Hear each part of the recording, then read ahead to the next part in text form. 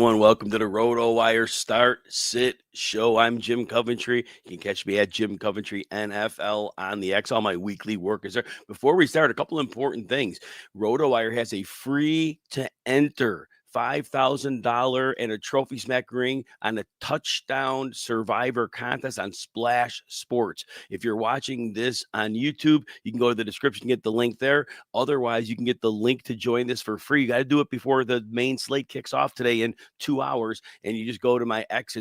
It's not pinned, but it's beneath that very quick, or the at RotoWire on X. Again, if you're watching on YouTube, you can go right to the description. It's free to enter. 5,000 winner. You get to pick 2 players, one of which needs to score a touchdown, and then you will be all set up on Splash Sports. All right, halftime. If you love field goals, you got to love some Commanders, Dolphins. Devon Achane, only 7 carries, 53 yards. My favorite bet this week was Achane. His yardage prop was 60.5 yards. He obviously needs a couple more carries to get there. Hopefully he gets that. For fantasy, nobody's really getting it done because there's not a whole lot of scoring. Dolphins won't get the ball enough to Achane. Probably should have figured out a way to get the ball more. They haven't. Chris Rodriguez, 10 carries to 3 for Krosky Merritt. It was 8-0 at one point. Of course, Zach Ertz, ageless wonder, right? Leading the team with 5 targets. Stunning. Just never ceases to amaze me how this works out. Of course, Marcus Mariota firing the ball all over the place. Up, down, wide, left, wide, right. Going to be a rough run here. But anyway, we move on. Keon Coleman was going to be a healthy scratch today. If you didn't hear that, that news came in a little while ago. They're going to promote Gabe Davis and Mecole Hardman. So, I mean, good luck figuring out either one, both of them do something in this game. So that'll be interesting to see. Brian Thomas is not going to play today. That was per Adam Schefter and NFL Network's Ian Rappaport. Everything else we kind of knew from overnight. Drake London is planning to play. Calvin Ridley is expected to play. Gee, thanks. Love that one. Devontae Adams with the oblique expected to play. Zonovan Knight, he's expected to play for the Cardinals. Wouldn't be surprised to see DeMarcado get more work, though. CJ Stroud may not be able to clear concussion protocol for the Thursday night game in week 12.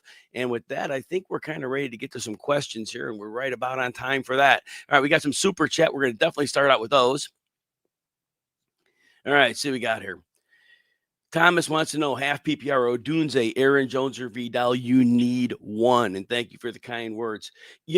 So the thing with Minnesota, the defense is, they're going to send the quick pressure, and the way to get to them is getting the ball out quick. The Bears do like to use Odunze in a little more of a downfield role. So stylistically, of course, Odunze can go off any week because he's that talented, and Caleb Williams does like to get him the ball, but they're going to need to extend some plays to make that one work.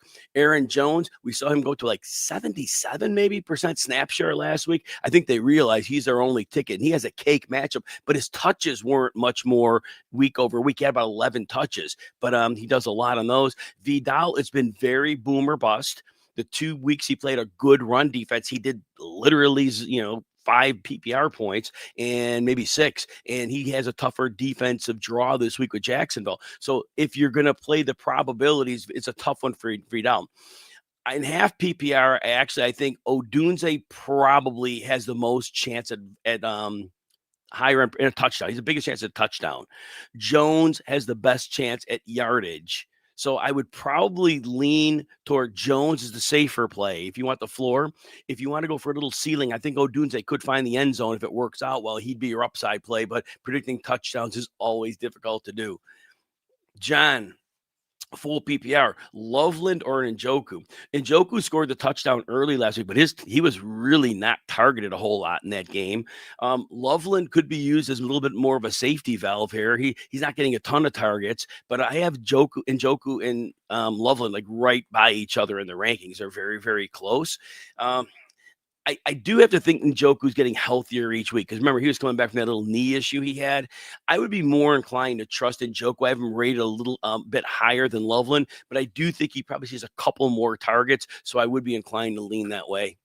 Scott, DK Metcalf or Wandale. I love DK Metcalf. Yeah, everybody knows that. I've got him at 19. I got Wandale at 26 with upside. I really think that upside tag's important here because I do think Wandale Robinson could do extremely well here. Just don't know what the chemistry with him and Winston is, but I think Winston has no choice. So despite the lower rank, the green tag means everything. If it right now, Metcalf, the last time he played Cincinnati, was an easy matchup. He didn't get enough targets, 4 or 5, I think it was, while the tight ends were getting 17 targets. So I have Metcalf higher because maybe they figure it out. Maybe they decide we're going to get him 7 or 8 targets, and then he does really well.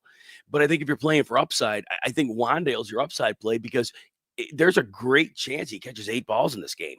So I could totally see that happening against Green Bay, and he could make something happen from that. So I have Metcalf ranked higher, better player, but again, usage is very, very problematic. So, Metcalf again ranked higher for a reason, but it's a tough one. But I would probably my lineup. I would probably say give me the upside guy. All right, and Rachel's in the house. Good morning to you. Which one to flex? DK, Ridley, or Fryermuth? So the problem here is Ridley's expected to play, and DK was kind of taking in the role for Ridley. You wonder if they realize they've got to get DK on the field because he's their future and Ridley is their past, really. And how close to 100% is Ridley? I saw some limited practices in there. I would almost be inclined to say Fryermuth has had 3 big games in a row against Cincinnati, and they've all been with Coach Arthur Smith. You'd think that Coach Smith realizes, well, this is a mismatch I really can't ignore. And I know that one touchdown was kind of garbagey, that late long touchdown, that last game with Cincinnati. But that said, Cincinnati gives those things up. I would almost be willing to say, take the chance on Fryermuth with 3 straight big games against them and call it a day. All right, next one, John. Good morning to you. Brissett or Purdy? So I do have Purdy and Brissett, and the numbers are a little off because I had to delete players out from the early game. So you'll see like 11 and 13. Those is 11 and 12, obviously. But I have them next to each other in my rankings. I have Purdy a little bit higher. Purdy's kind of he's not only is he back, but he's got the band back. Pearsall's back. Jennings gets healthier by the week. Kittle's been back. And Arizona's down an outside corner. The 49ers should be able to score some points. And Arizona's decent against the run, so throwing the ball may be pretty successful. Brissett's been great, and in the same game, obviously. He's down Marvin Harrison. Not that Harrison did a lot with him. He had one game they did well, but usually they didn't do a lot. But I still think that downgrade in receiving talent, that leads me to go to Brock Purdy. So I definitely like Purdy there. All right, next one. Rahendra, good morning to you. Full point PPR, Vidal, Woody, Marks, or Harvey. Marks went off against this defense earlier in the season. Was a 4 for 15, a touchdown through the air. He had a good rushing day. I think he scored on the ground as well. That's a trend that's kind of hard to ignore, right? Well, not a trend, but a 1-game sample in that matchup. So certainly the team could remember that and say, let's see if that works again. But Harvey's going to be hard to turn away from because I think Harvey is going to have to have some real volume here. How much are you going to give Jaleel McLaughlin? Tyler Badale being on passing, like for pass protection. Vidal, you heard me saying it earlier. In tougher matchups, he's been bad. In good matchups, he's been great. And this is not a good matchup with Jacksonville.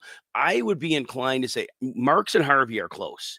And for my rankings, I have Harvey at 19 with upside. I have Marks at 22 with upside. So again, they're very close. But I think Harvey, regardless of game script, will get more volume. Marks could have a situation where if they get a lead, they might bring in Nick Chubb just to get grinder carries between the tackles. Whereas Harvey, they don't really have other options. So I would go with Harvey because I think his chance for work is a bit better. Drovers, need one for flex. Worthy, Tracy, Goddard, or Algier. Tough one there. So Goddard's been playing really well, finding the end zone a lot. Free safety Kirby Joseph is out, which definitely helps Goddard here. You would think there'd be some scoring in this game for sure. Tracy's really hard to count on because Singletary's getting close to as much work. Some weeks more. Snap share sometimes could be either one of them. And that's it's a tough draw there with the running back against the Packers, who are a good run defense. Worthy's like always going to be very boom or bust. He hasn't had good games since Rashee Rice has came back because he's going to be more of a stretch field guy. Now, any week, he can get a 70-yard touchdown. It can happen any week. Predicting it, good luck. I think Goddard is probably your safest floor play. The boom bust play is going to be worthy because anytime he could break something or they could scheme him on a deep shot and they could connect. So, but I think for the safety, Goddard has been fairly rock solid. Algier, you're counting on a game script that may or may not happen. You would need Atlanta to win comfortably to think he'd have a shot here. So I think you got to rule him out of that one. All right, what we got next? Reynaldo, good morning to you. Ted, or Jawan Jennings. So Tez Johnson, a slight concern with the cold weather in Buffalo. Buffalo's pass defense is good. Abuka will get his. Tez has been great. He's been at least 40 yards every game. I think 50 and 4 out of 5. He's been very, very good. Buffalo's pass defense, I mean, they're not good against great passing attacks, but against this right now, this version of Tampa, I think it's a tougher one for Tez. Ted McMillan's always going to have a floor for you. He's always going to get you about 10 PPR points. His quarterback limits him. It's not Ted's fault, but Ted, I have a wide receiver 20 with the remaining receivers. And Jawan Jennings, though, where I have Jennings at? Let's see. I have Jennings at 23, a bit behind McMillan. I think the only reason he's not higher is because Pearsall's back and like I said, Kittle's healthy and Purdy's back in. So I just think there's going to be questions with that. So I just think at the end of the day, you go with the floor of McMillan and you hope he finds the end zone.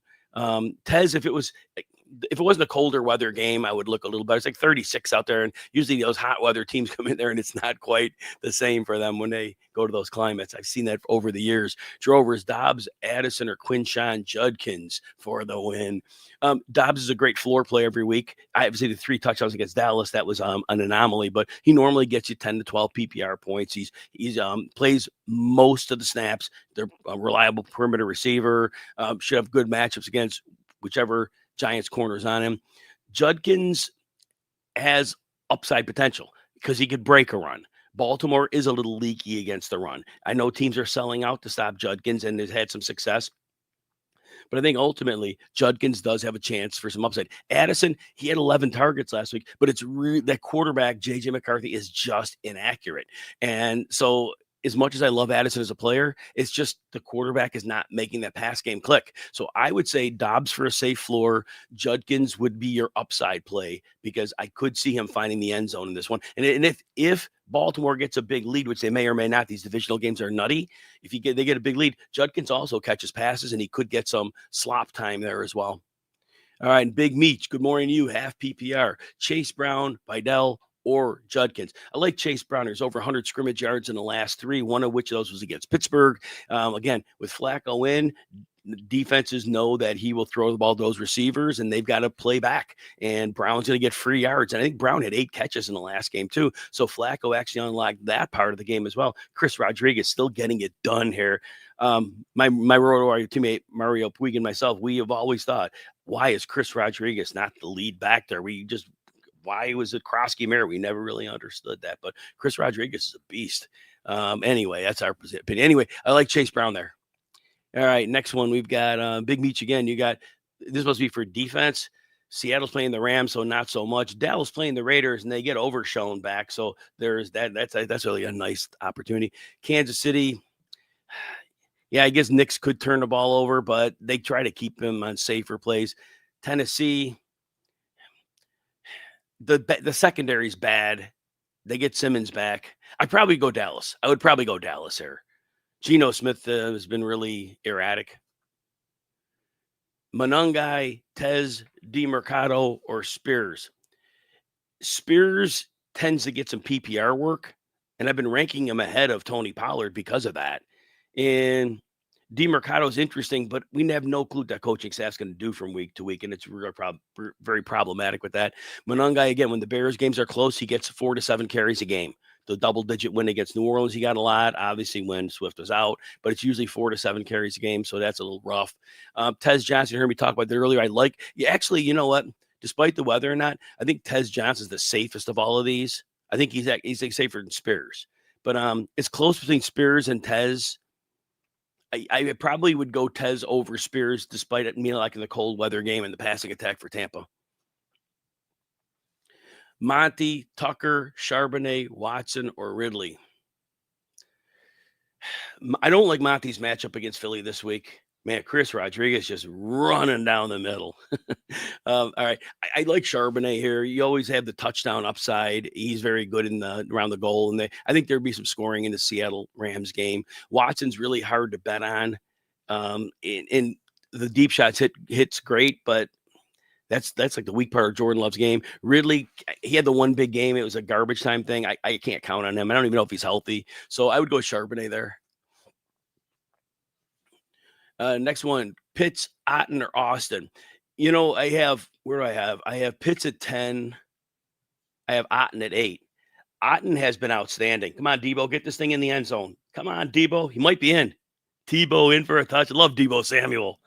Let's see, that was a run play or a pass. I looked at the last seconds, saw him trucking down the field. I would go with Otten there. Otten, if you look back at his numbers, he has been very involved the last 5 weeks. I think his worst game is a 4 for 40 off the top of my head. And again, it's like last year when he's not on. Hold on, let's see, make sure Debo got over here.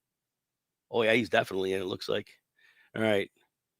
All right, good deal there. Debo Samuel for the touchdown. So I do like Otten a great deal here. Just seeing real quick. So this was a pass to Debo, a little slant. Nice catch. Took him from about, 15, 20 yards out? All right, good deal there. All right, let's see what we got here. Got John next. Need to sit one of the following: Collins, Rice, Pickens, A.J. Brown. Well, it's got to be A.J. Brown. Maybe the squeaky wheel works and he gets the ball, but you got a floor. Collins had 15 targets from Mills last week. You can't sit Rice. Pickens has had a great floor all year. So it's got to be A.J. Brown. Much I love A.J. Brown, the ceiling games haven't been the old school ceiling games. So yeah, it probabilities is you got to sit him. If he has a great game, God bless him, but you can't count on that right now. He's very, very frustrated with his role. Delroy, start 2 in full PPR. DJ Moore, Tyler Lockett, Christian Watson, Cooper Kupp. DJ Moore hurt his shoulder last week, and he played 61% of the snaps, down from about 85 where he normally plays. I think that explained the goose egg away. He did have 4 targets. Against Minnesota earlier in the season, he had close to 10 PPR points. It was like 9 something. And he had been really involved the prior 2 weeks. So I think you get DJ Moore in there. And funny enough, as I'm going to say this, and you're going to be stunned, probably you put him in there. Tyler Lockett led the game, the Denver Vegas game, in targets, receptions, and yards last week. Pete Carroll obviously loves him. They're going to force him the ball, and they have like nobody else. So I think your floor plays Lockett, believe it or not, the old 33-year man. Watson be your boom bust play if you want to take an upside shot. Cooper Kupp, just like I said, he had a big play last week, but he really is. And I know the revenge narrative, I get all that. I just don't see them finding a path to force him the ball in this one. It's not the old offense. So yeah, I'd go DJ Moore, Tyler Lockett. But if you want to swing for upside, I'd bench Lockett and then play Christian Watson and hope for a long play touchdown, hopefully. Next one, Judkins, Devontae Smith, Harvey, pick 2. I think we got to go Devontae Smith and Harvey here. Harvey should get good volume. Judkins, love him, but if you look at his last 4 games, I think he's hit 10 PPR points.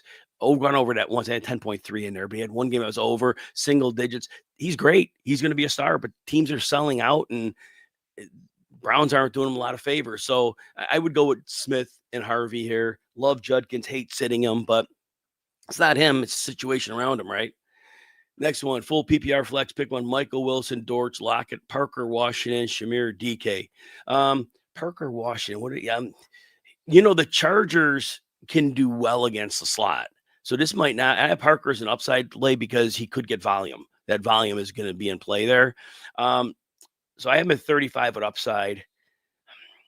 Where do I have Michael Wilson? I'm trying to see exactly where I ended up settling on Wilson. I put Wilson at 39, so I put him a few spots behind. So DK, I think with Calvin Ridley back now, I'm worried that in the last game he didn't get much volume either.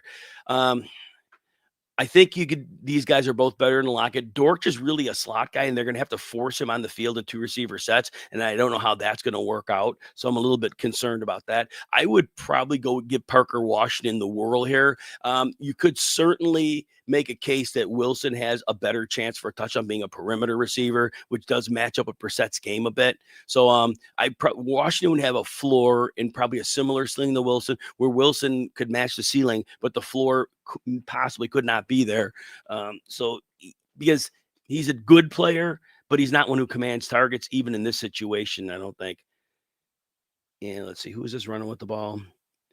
All right, Jalen Waddle, nice catch and run. Beautiful to see that for Jalen Waddle. Great player in a bad situation as well. A lot of that in that Washington game. Oh, by the way, weather for everybody. Tampa Bay, Buffalo, 55% chance of snow, 36 degrees with 20-mile-an-hour winds. That 20-mile-an-hour winds, that's well over the threshold where it could have a little bit of an impact on the game. So that was why when I was talking about Tez Johnson earlier, a little bit more nervous about him. And the cold temperature makes a wind chill. That wind chill in there, I'm not a science guy, but that probably puts a wind chill somewhere in the mid 20s. So warm weather team going there, that can be a factor. Baltimore, Cleveland, 51% chance of rain, 22-mile-per-hour winds. Both teams probably want to run the ball a lot. And Dylan Gabriel throws it so short. I don't think that wind makes a difference for that little dink and dunk game there. But I wanted to throw that out there as well. All right, next one. Ottner and Joku. I think we got to go with Otten here. Otten's getting more regular targets, and he has been very productive the last 5 weeks. Kevin, good morning. You need following in the PPR. Pitts or Schultz at tight end. Yeah, Schultz was hurt, and I think I lowered him on my rankings. I 16. Pitts, and then Pitts is a great matchup, and Pitts is higher than I normally rank him. And he dropped the pass. Of course he did last week. Long catch and run possibility. He dropped it. But I do think the matchup is such that I think that Pitts is a good play this week. Of course, hard to argue with Schultz. Schultz has been a PPR monster. I probably should have him higher in my rankings than I currently do. I probably should have moved him ahead of Loveland. I probably should have moved him up to 13, really. So I think Mark Andrews is usually okay with. He has touchdown upside. So it's close. But I think Pitts' matchup gives me a little bit of an edge. What else you got here? 2 from the following. Franklin, Jennings, Devontae Smith, Monangai, Tucker, Monty. Devontae Smith for sure. You got to play Devontae Smith. And really with A.J. Brown whining, I mean, maybe the targets are funnel away, but Devontae Smith's been getting it done most weeks. And Franklin's getting a lot of targets, but it's a lot of like inconsistent passes from Knicks where those targets haven't translated to production. So I think Jennings would be safer here. I'd like Smith and Jennings in this one. Monty, I don't like his matchup. Tucker, you never know what he's going to get for work wise. And I know the matchup isn't bad potentially for Tucker, but he could get 3 carries. And if you do, then it's problematic. Start Flacco or Mills. Got to start Flacco. Flacco, other than that for game when he was in for 4 games, he was in for 4 days against Green Bay. I think he only got you like 17 fantasy points. He's been like 25 or more in every other game. I don't think there's a world where you could sit Joe Flacco. Flacco is legitimately, and like I said, when I have my rankings here, he is legitimately at the top 8 quarterback, and he obviously shredded them the last time he played him a few weeks ago. Mills, it was a lot of garbage time last time. I don't think you can count on Mills there. Ali Gordon, maybe? All right. Dolphins inside the 10. All right. Who else we got here?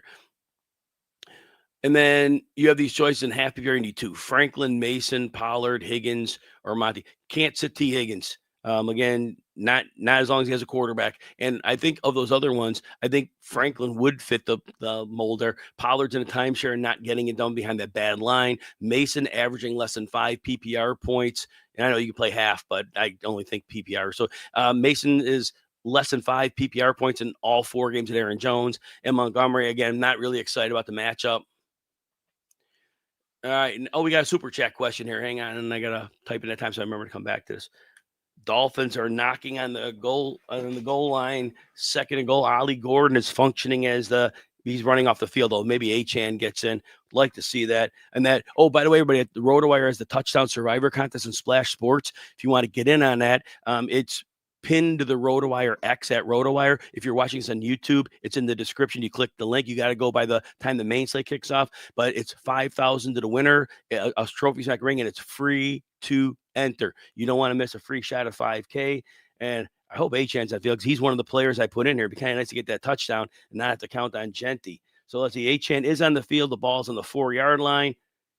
There goes Achane, and he didn't get in, of course. That was my shot at getting my touchdown out of the way. All right, but you want to join that. It's a free survivor, $5,000. All right, let's see what we got here. Vidal, White, or Harvey. I got to go with Harvey here. Again, in that backfield, he's got to be their lead guy. And White hasn't been playing well. hasn't been very productive for the opportunity he's had. And then Vidal, like I said, the problem with him is when he's played a tougher opponent, he has not been useful for fantasy. And this is another one of those matchups. It's not a good matchup. Minnesota's not a good run defense. He blew them up. The other game he had Miami, I think he blew them up. But the other two games, that was Indy and I can't remember the other one, just did very, very little. Ollie Gordon back in the game, the ball on the 2-yard line, and he is stuffed. All right, 4th down for the Dolphins from the 2. All right, so we should be good on that one. All right, good. Oh, and I had a super chat. No, wait a minute. I got to get that fixed up here. Now I'll get that super chat. Got all caught up with the goal line madness. All right, see what we got here. All right, next one here. Troy Franklin or Rashid Shaheed. So obviously Franklin has been getting a lot of targets. Bo Nix has not been very accurate, so that's kind of hurt Franklin a bit. Not the best of matchups against Casey. Rashid Shaheed, it's tough because he knows the playbook because he played with Coach Kubiak last year.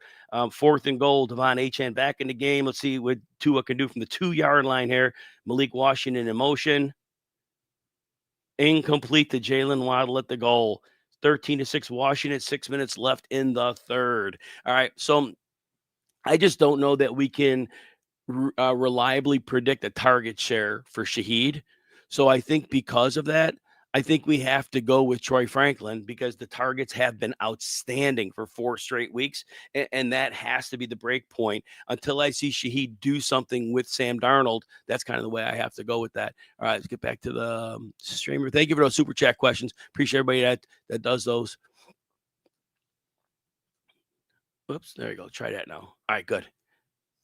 All right. Vidal or Spears? That is a little tougher. Again, Vidal, like you've heard me talk about him 3 times, so I don't need to repeat all of that. Spears definitely gets involved in the pass game. He's in a complete timeshare. Vidal is going to, I keep calling him Vidal, but I know it's Vidal, and I can't get over that one. I got to fix that. But Spears in a timeshare, but he catches passes, and that makes him valuable in PPR. I still think volume's king here. And as much as I'm throwing shade on Vidal this week, I think you got to play him because of the volume, and he has a better chance of scoring a touchdown than Spears. So I think that's the way it's got to go. But yeah, Vidal, volume's king in fantasy football, and he definitely should get that. All right, Delray, Prescott or Brissett? I know Prescott hasn't been the best on the road, but the Raiders really have a sketchy secondary, and Dallas coming off the bye, and I just don't think you can sit Dak here. Brissett is down. Marvin Harrison, not that he's used him a lot, but that receiver room is kind of weak, and all he has is Trey McBride. So I would go. I wouldn't even think twice on that. I want to go with Dak Prescott. All right, and then Jay Red. Good morning to you. Need a running back and 2 flex for PPR. Gadsden, Parker Washington, QJ, Tez Johnson, Ricky Pearsall, Derrick Henry, Chase Maple Syrup Brown. I don't get the reference there, but I'm sure it's somewhere. All right. Oh, is he from Canada? No, I don't know. Is he a Canadian dude? Maybe. All right. Let's see. Running back and 2 flex. So for your running back, I think you got to go Chase Brown as your running back because, like you said, 3 straight games at 100 scrimmage yards. So that's a big deal, and he's going to continue to see free space to run with Flacco under center. So that's your running back, and then you need 2 flexes. So I think you got to take your shot on Derrick Henry. I know it hasn't been great, and I know that Cleveland's good against the run.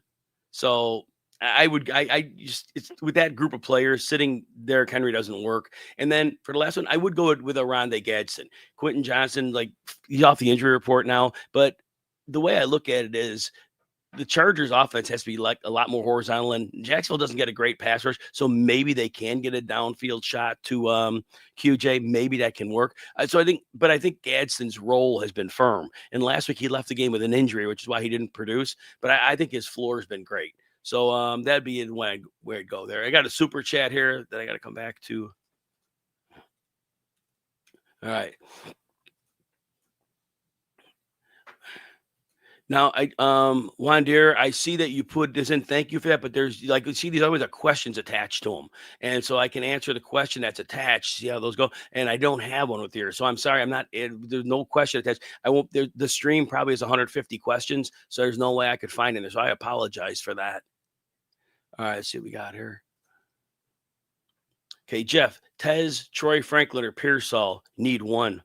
I know Pearsall's been out a long time, but I do think he's a vital part of that offense. Franklin again has been getting an oodle of targets over the last 4 weeks, and I know that's there. So I guess you could say Franklin has a real reliable floor among these three. So I could say that.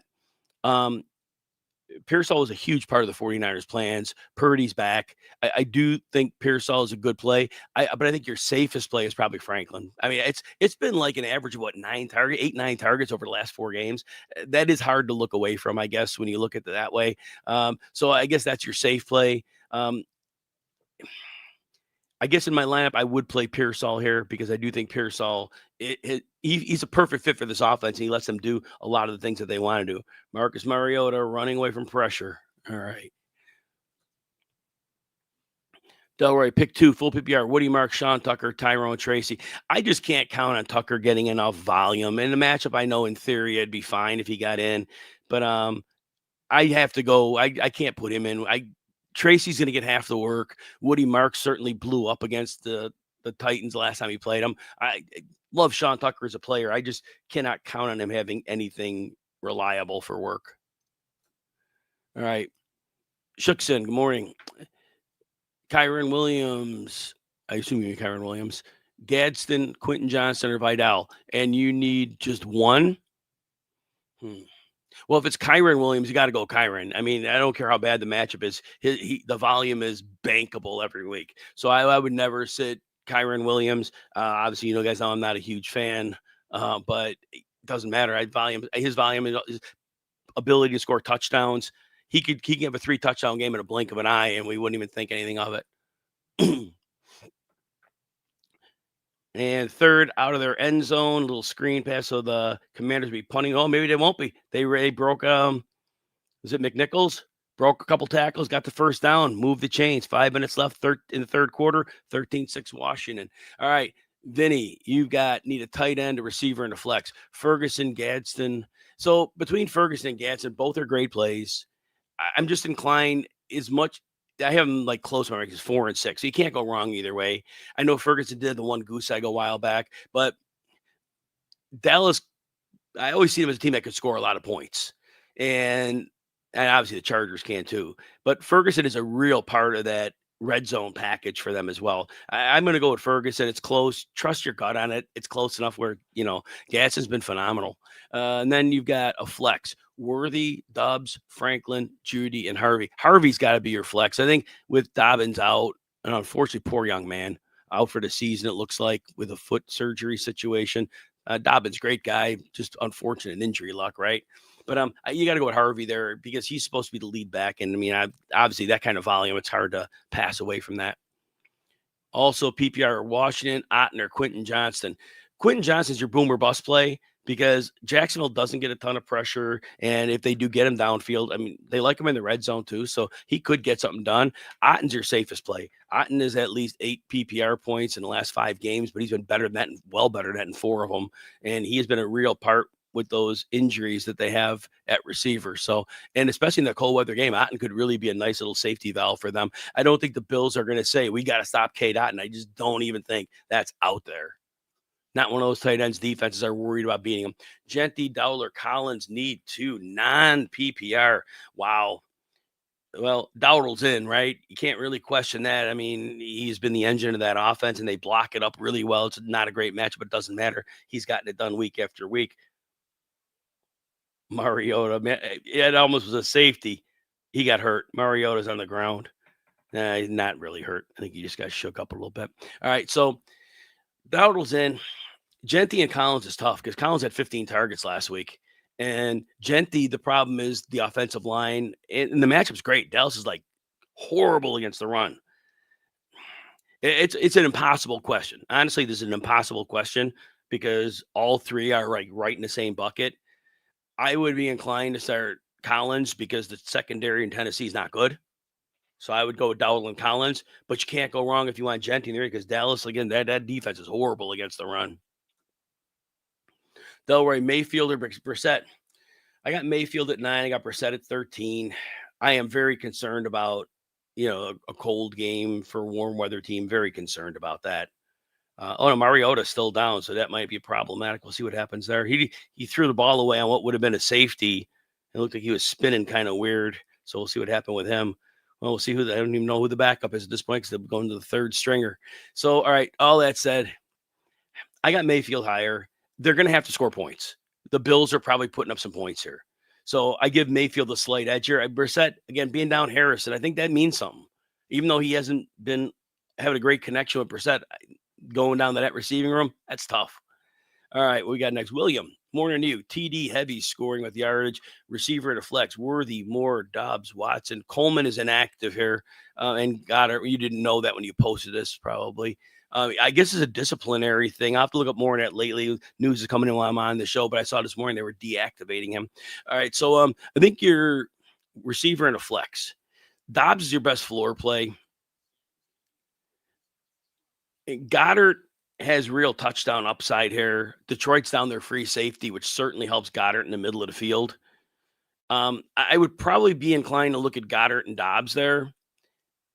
Worthy is always your boom bust play. He doesn't have like more than 11 points PPR in a game in the last 4 since Rashee Rice been back, however long that's been. So he hasn't had that. But obviously, if you want to swing for the fence, then you sit down Dobbs and you put in Worthy. But I think Goddard's been playing well enough where you kind of got to go with him here. Could they certainly not throw him targets and get AJ Brown back out? They could, but predicting that. And then DJ Moore, it's just been you got other options that are more reliable. DJ Moore's been a little bit tricky.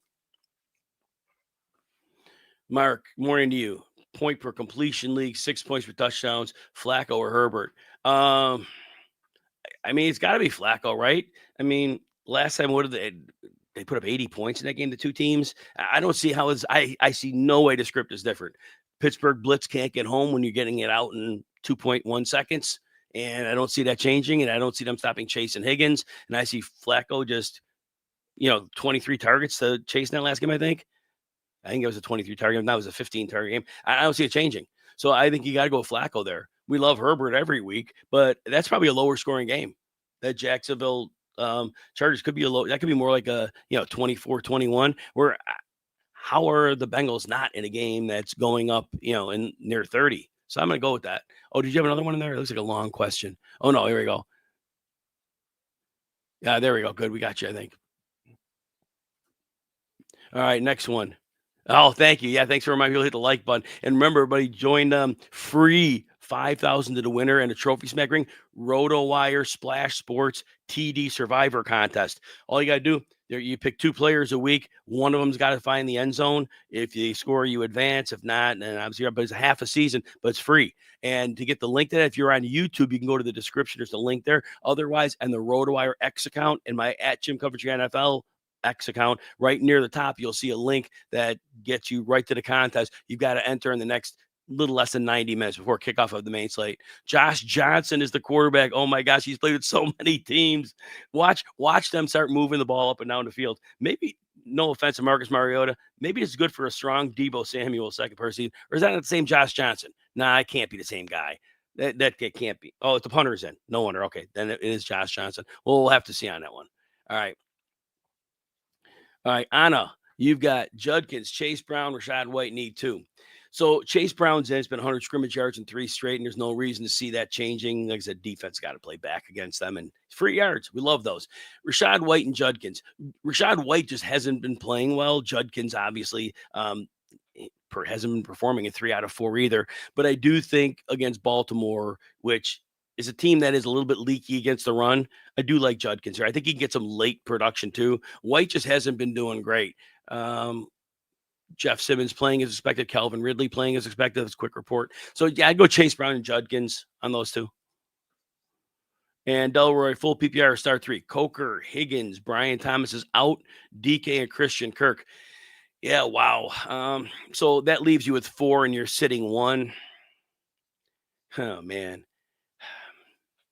Because Calvin Ridley is up, I'd reluctantly said DK because I actually had the kick return in the last game, but he hardly had targets. And their matchup is brutal. So I probably said DK in that one. And like we said, BTJ is out. Brian Thomas Jr. is out. All right. Drake London is playing as expected. Yes, active Drake London will play. Have him in your lineups as usual. Good, thank goodness. Love Drake London. All right, let's see. Is Judkins worth starting over DJ Moore, Xavier Worthy, or Christian Watson? Flex, TD, heavy scoring with yardage. I think I would play him over Christian Watson. Watson is just, they got to connect on a big play. And Jordan Love, that's the worst part of his game. You'll see the highlight clips where you see Jordan Love hit a long pass. When you watch those games, he throw 4 downfield shots and 2 or 3 of them will be like not even close. So I would play Judkins because with your touchdown heavy scoring, he could score a touchdown.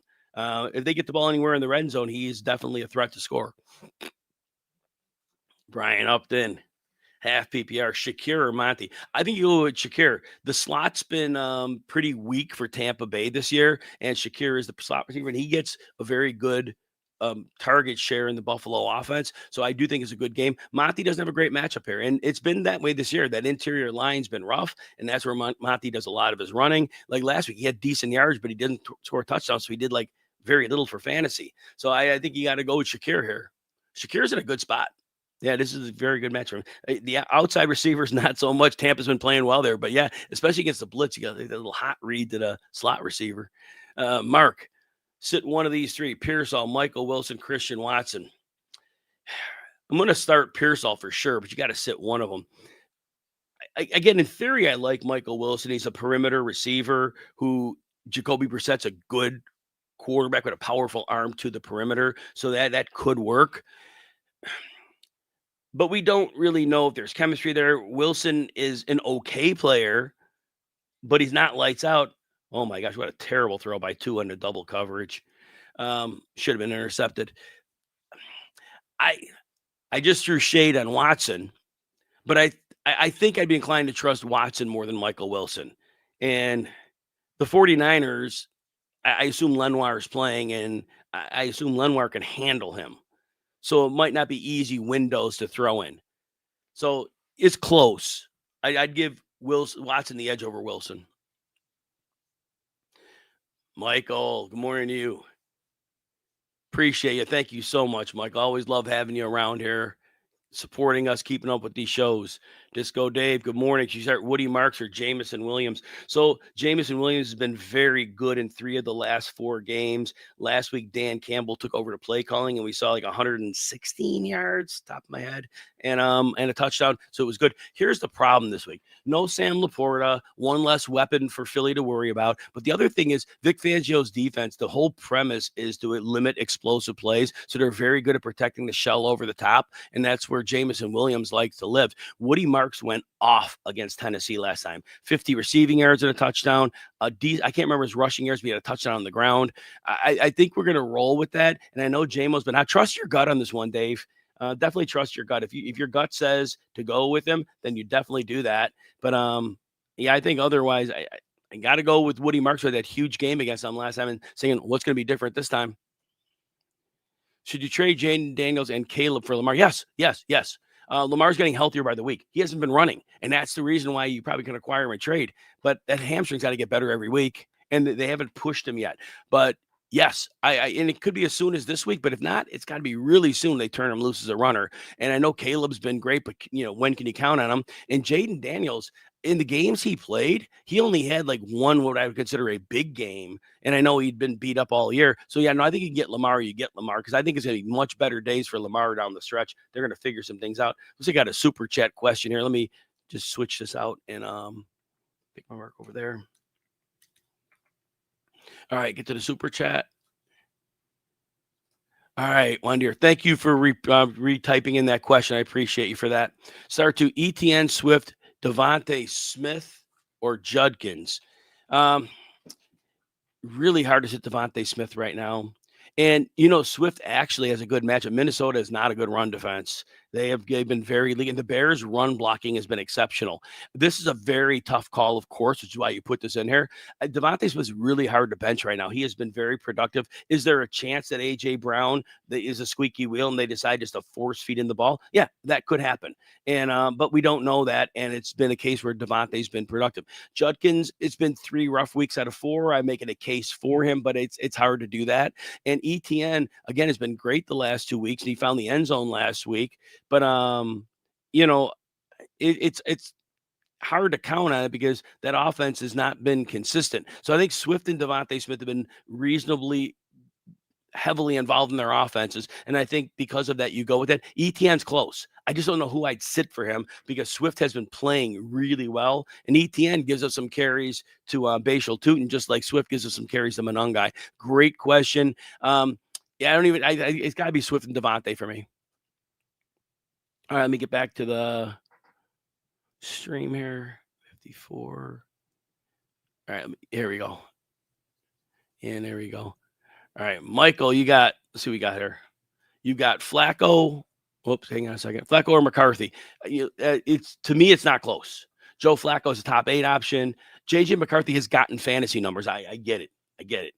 But and I get it. They're playing the Bears, who aren't the best. But I believe the coaching staff in Minnesota Kevin O'Connell realizes they've got to try to keep the game conservative because the more they put in their quarterback's hands, he's a problem. And I know he won a game, but it's a problem. So Joe Flacco, he's going to be in a shootout. He's going to throw. He's got superstar weapons. And I just don't think we overthink it. He has been fantasy gold. Again, other than that Green Bay game when he's in the house for 4 days, and he was still good in that game, but he's been money the last 3 games. JMO or Quentin Johnston. Yeah, this is a tough one. I talked about JMO a minute ago. You heard me talk about him, and I don't like the matchup against Fangio's defense that limits explosives. But Quentin Johnston, he's off the injury report. He is really boomer bust himself. So in this case, I think we defaulted a better player. I think we go with the better player. It was Jameson Williams, and we hope that he gets enough done. They both could score touchdowns. Good luck predicting which one it is, right? But I do think you go with the better player when you have a situation like this where this situations are fairly equal. All right. And then, Dortch or Gainwell. So Gainwell, deep league. I started Gainwell last week, super deep league. And the game script didn't work its way. Game script has to work for Gainwell to work. So I don't know. Dortch should get 5 targets here. He should. I know he's a slot receiver, but they're going to have to play him in 2 receiver sets, I think, a lot. So I'm going to give Dortch the edge here because I think he has to get 5 targets. And if he gets 5 targets, he actually is a good player. He just doesn't get many opportunities. So I'd give Dortch the edge there. JMO or Wandale. I got to go with Wandale here. Wandale, I have the upside tag. I got JMO ahead of him. I underranked Wandale. I really underranked Wandale. Put it this way. I'm going to put it this way. They actually have similar upside because Wandale could go off here. Wandale could go off. So I think Wandale's floor is so much safer. So I probably need to rank Wandale a lot higher than I did. I probably need to rank Wandale at like 19. That's probably where I should have put him. I should have put him at 19. I'm going with Wandale there. Yeah, I underranked him. I go back and forth on these things a lot. A.J. Brown, Pickens, and Odunze. I get the dilemma. I just think the A.J. Brown, the off the field stuff last week, that could go either way. That could be like a feed him, or that could be forget him. And I don't know which it is. So if you're a big underdog, I would probably play him over Pickens if you're a big underdog, because if they do decide to feed him and you get it, you might hit the jackpot. But I think if you're anywhere in a close game, you're projected in a close game, or maybe you're already projected to win, then I think you almost have to go the other way. Oh my God, Achane actually broke that run into positive. He was like beat for like a 6-yard loss, and he got like a 7 or 8 yard gain out of that. What a beast. Love Devon Achane. Oh, that was a pass, I think. Okay. So I would say A.J. Brown again. Otherwise, if you think they're going to feed him, and again, nobody knows. So in that case, you would play Pickens if you're worried they're going to just freeze him out. All right, next one. Pedro. Good morning to you. Dak or Herbert? It's close. I got him 6 and 7. I put Herbert a spot ahead because he runs so darn much. It's been great seeing with that rushing ability. And I do think he's safer as well. So I think that's definitely something to look at. But they're side by side. So to me, it's a coin flip. It could go either way. Dallas is on the road, which for Dak, he's had some of his less impressive games on the road. And I know that Arizona game was a clunker at home.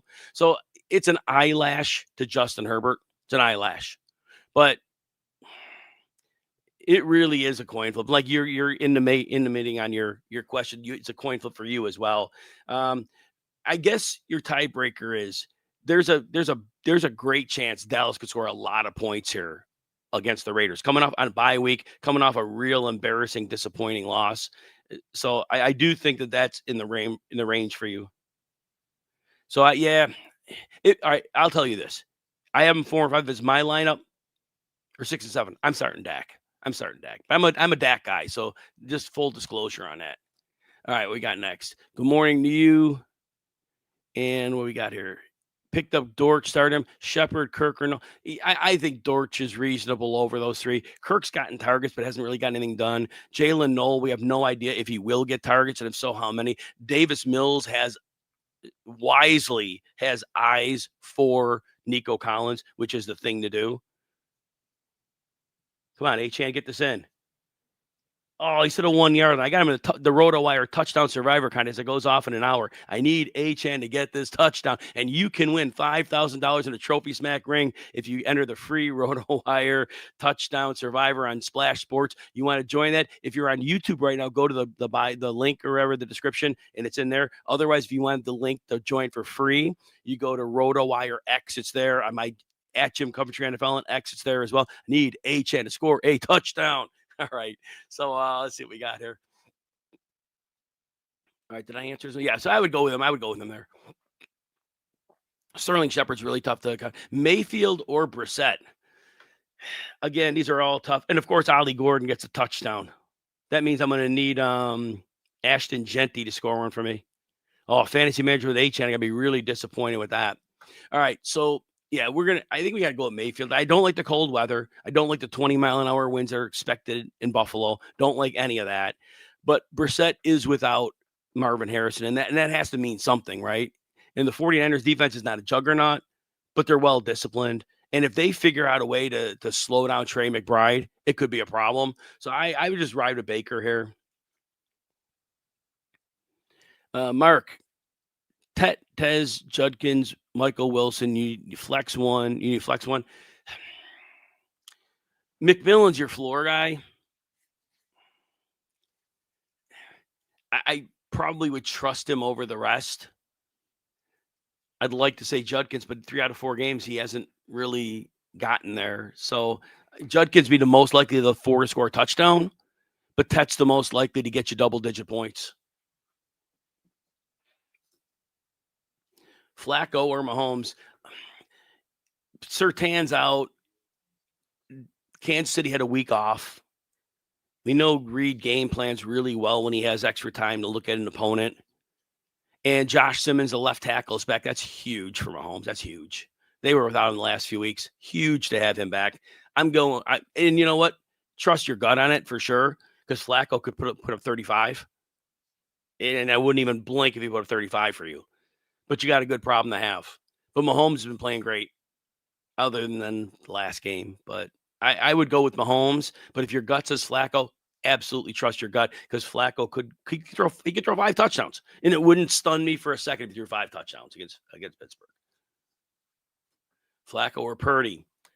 Well, this one's Flacco because McCaffrey could have a couple of the touchdowns for San Francisco, whereas I think Flacco does most of the lifting in this one. So I go Flacco there. Next one, Montgomery or Singletary, extra points for first downs and 40-yard plays. Don't like Montgomery's matchup, but I don't like Singletary's matchup either. I think Montgomery ends up getting slightly more volume than Singletary. So I give Montgomery the slight edge on that. And I have Montgomery significantly higher in my rankings, but I don't like the matchup for either. But I will give Montgomery the edge. And he could break a long run. We've seen that happen. Where Singletary, I don't know that happens. Woody Marks or Kimani Vidal. Vidal's a nice floor play. Woody Marks, I have him 20 and 22. Vidal at 20. Marks have with the upside arrow at 22. So Vidal should have more bankable volume, but he's been bad against the 2 run defense that were good he faced. Whereas Marks destroyed this Tennessee defense a number of weeks back. I mean, it was a mass. It was 27 PPR points. I just think it's really hard to ignore that he did that to them. So I think we look at that, and maybe that's the way we go there. Ball Maniac, thank you for the kind words. Really appreciate you. Receiver, flex, and a tight end. Washington, Kirk, DK, DeMercado, Spears, Sean Tucker, Aranda, Gadsden, Ferguson. A receiver, a flex, and a tight end. So I think I like both Gadsden and Ferguson here. I think I definitely like those both as your plays. And then for the third one, I think the safest of the rest is Parker Washington. Don't really love his slot matchup this week, but he's been getting the volume last 2 weeks. So I think he's your floor play out of that. The boom bust, DeMercado seems to break up a big play every week, but it's really hard to count on that. So he might be the boom bust guy, but I think Parker Washington's safe enough. He's found the end zone recently too. So yeah, Gadsden, Ferguson, and Parker Washington would probably be the calls for me on that. Jim Coop, I don't see the rest of the question though. So I don't know. So I don't know what the rest of that question is. All right, let's see here. So we got 12-29 in the game, 13-13. Mariota's back in. It looks like they're getting Krosky Merritt a little bit of work finally. And like I said, Chris Rodriguez was a beast. All right, Myers, Pearsall, or Wilson, pick 2. Hard to know what Jacoby Myers rolls me. He did have a touchdown last week. Got called back on a penalty, and then Parker Washington scored in the next play. So they did get Myers the ball. I imagine a week of practice, he's going to be a big part of that offense. I have to think he is. No Brian Thomas Jr. They're going to need him. Pearsall's in, I think. I think if you waited this long for him, he's a really good player. They waited till he was healthy. Between Myers and Wilson, again, I like Wilson's stylistic matchup with Brissett, a perimeter receiver with a strong arm thrower. But I think Wilson has limitations, and I think his corner matchup might not be great. So I would tend to go with Myers and Pearsall here. All right, see what we got next. Willie, Standard, Harvey, or Flowers? I think Harvey has to get a lot of volume here. Flowers is going to face a man coverage heavy defense with good enough corners. I think Baltimore is going to play a bit more conservatively here. I think they're going to be able to have success just kind of grinding out a win and pasting them on the scoreboard and just kind of slow things down. I think Harvey's likely volume as a potentially a 3-down back, right? I know Badeo plays on passing downs for protection, but I think Harvey still plays a lot of passing downs. So I'd go with Harvey there. Michael Wilson or Pearsall? Yeah, somebody had that in the 3-part question. Somebody had that too. Again, I'm gonna default to Pearsall here. He is a big part of what the 49ers wanted to do. Their playbook gets opened back up with him in it because there are things he did that the backups couldn't do. Dobbs or Jennings? Really close on this one. See where I have him on the rank. I got to have Jennings a little bit higher. Let's see, I have Jennings at 23 and I got Dobbs at 32, but they're in a kind of a similar bucket. They're both really nice PPR plays for sure. So I think Dobbs has a nice safe floor, but I think Jennings has a similar floor. I would probably put the edge of Jennings here. Go with my rankings on that too. He's a really good player. They both are, but let me get my earbud in and then we'll get James Koh in here.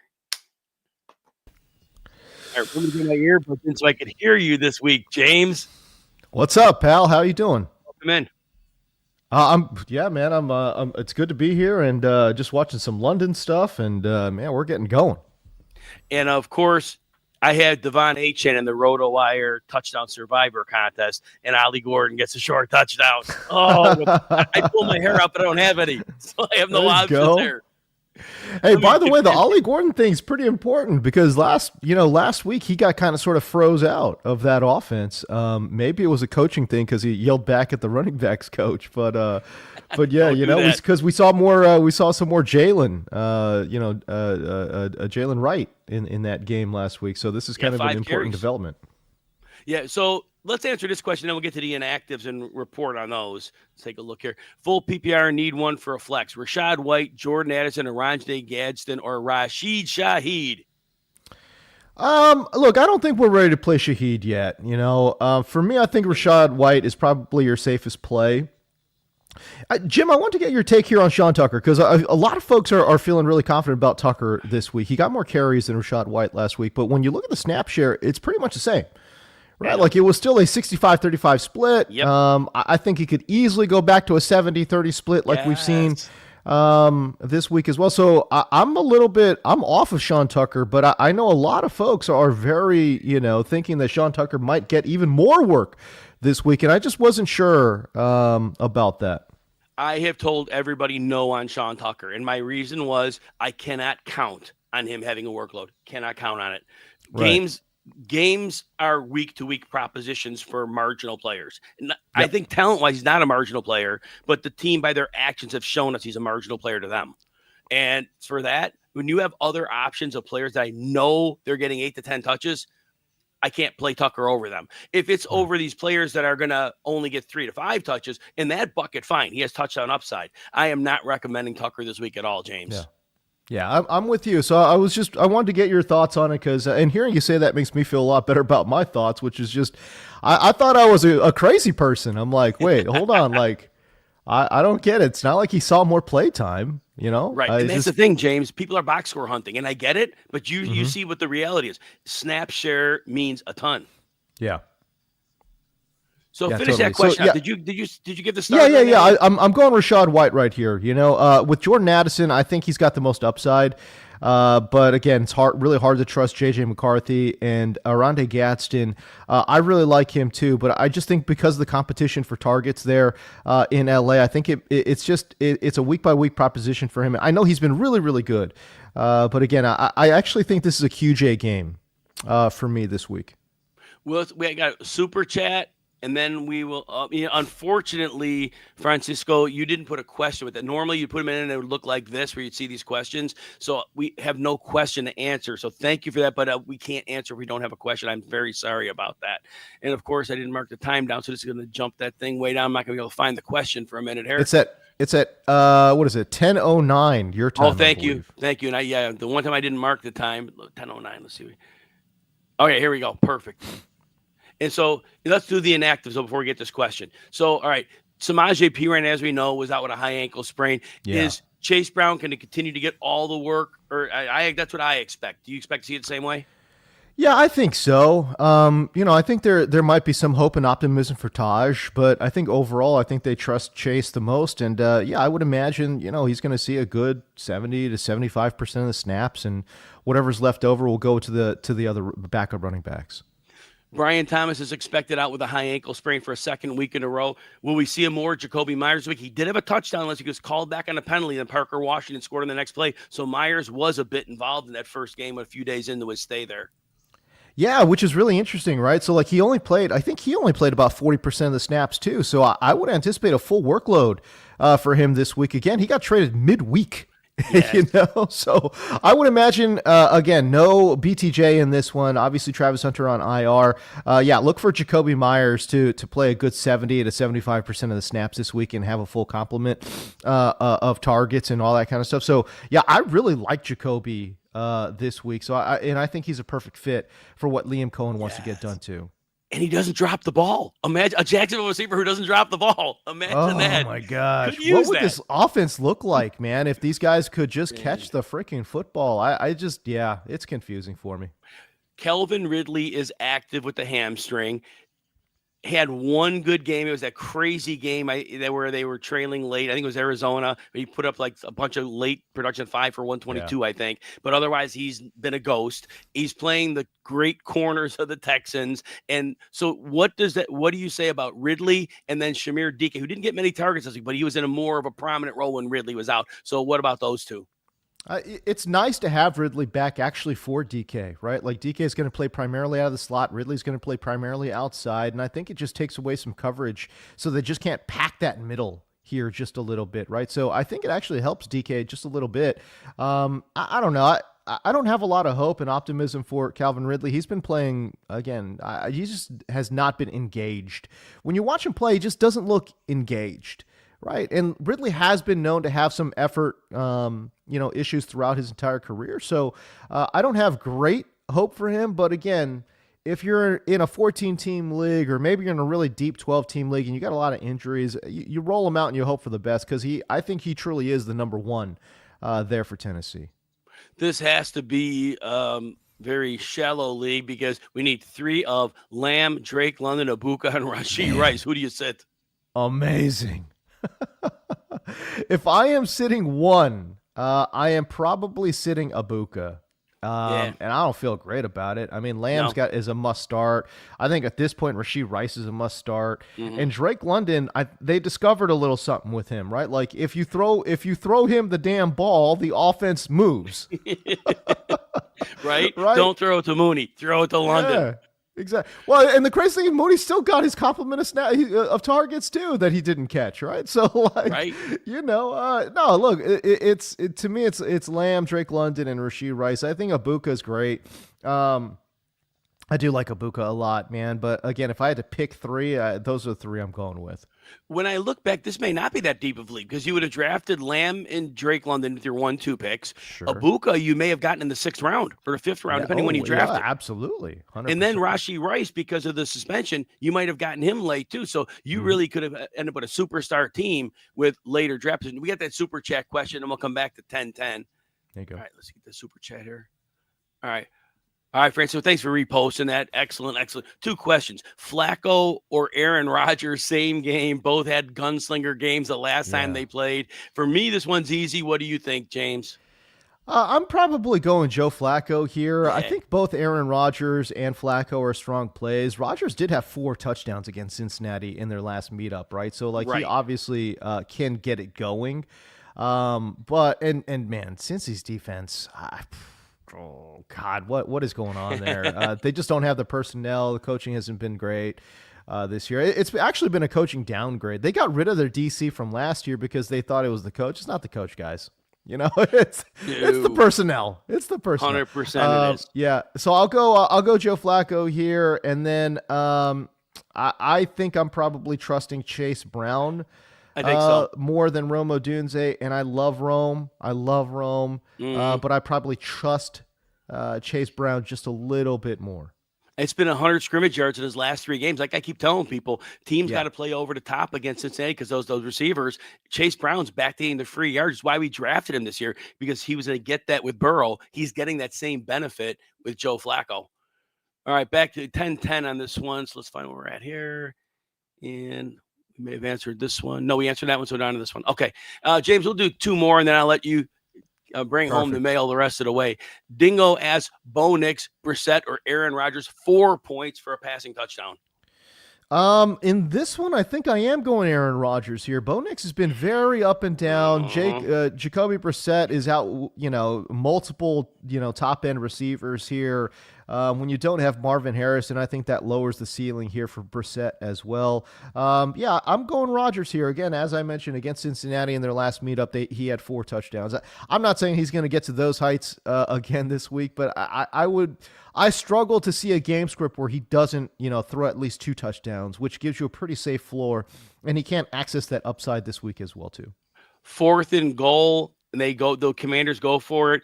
Mariota wasn't even close throwing it to Zach Ertz. So tie game, 6 minutes left. The Dolphins have the ball deep in their own territory. James, before I go, I want to remind everybody, free touchdown survivor contest, RotoWire, Splash Sports.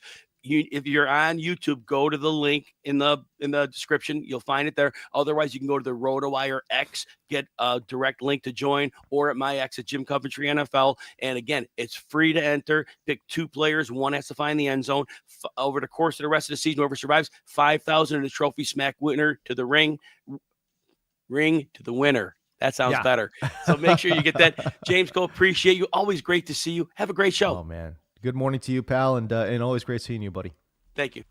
They talk about that touchdown survivor pool. It's so easy to play too, right? Like you pick 2 guys in an alternate. If they score a touchdown, you advance. If they don't score a touchdown, you're eliminated. But it's free to play. It's a fun little game, man. Actually, and as a matter of fact, I made a video about it. If you wanted to go to the RotoWire Instagram page, and I talk about my my 3 favorite touchdown plays this week. Chase Brown. Jamar Chase is on that list as well, because Pittsburgh's been giving up a lot of production to the wide receiver position there. So yeah, Javonte Williams is another player that I think is in line for a touchdown as well. A really strong play this week at running back. Okay, we're moving on here. Guys, I apologize. I'm a little bit under the weather. It's been, rainy, wet, and cold conditions here in LA. My son is in, kindergarten, and well, as you guys know, young kids, they bring home a lot of germs. Anyways, okay, neither here nor there. Rashid Shaheed, Troy Franklin, 1 point PPR. I think I'm trusting Troy Franklin here just a little bit more than Shaheed. Shaheed obviously has a huge competition for targets. Is he number 3? Is he, I'm not sure what's up with Torrey Horton, as a matter of fact. Where's Torrey Horton at? I got to look this up. Where is he playing today or no? Torrey Horton. Okay. Da. Well, I can't find any news on Torrey Horton right now. I don't think he's playing though, but we'll find out.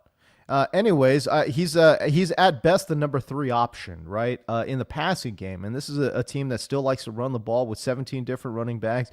George Holani all of a sudden getting into the mix. God, kill me. But again, it's hard to trust Franklin. I don't see a lot of touchdown upside there. Charbonnet and all of a sudden George Holani got to get that rock around the goal line too. So I'm probably trusting Troy Franklin, who has led the Denver Broncos in targets and air yards the last 4 weeks over Cortland Sutton. So give me Denver's number 1 over Seattle's number 3-4. Okay, so yeah, I'll go that direction. Iron Eddie, PPR, you need to. Devontae Adams, Pickens, Chase Brown. I think if I'm picking 2 here, go ahead and give me. Oh man, I love all these plays this week. I think Devontae Adams super strong play. Pickens is a crazy good play against Las Vegas. Chase Brown, oh my gosh, how do you sit down Chase Brown against Pittsburgh? You can't do it. Well, for sure, we want to play Chase Brown. Let's just start right there. So I'll start with Chase Brown. You know what? Let me go to let's see what the point spreads and stuff are. Okay. The Rams. Dallas, Las Vegas, 50.5. So it's tied for the highest of the week with Cincinnati, Pittsburgh. A lot of touchdown upside here. Dallas anticipated points of 27. I think that's the highest of the week, if I'm not mistaken. No, second highest of the week, actually, with Buffalo at 27.5. But 27 points, implied total there for Dallas is a ton. I am so tempted to say Pickens. And the funny thing about Devontae Adams is he's been great, but the matchup is not as good. Seattle's obviously great defensively, and he is dealing with a little bit of an injury. And when he doesn't catch a touchdown, there's some concerns there. Bold call. I think most people will tell you Devontae Adams because of name value, because of matchup, and because of health. I'm actually going to say George Pickens, brother.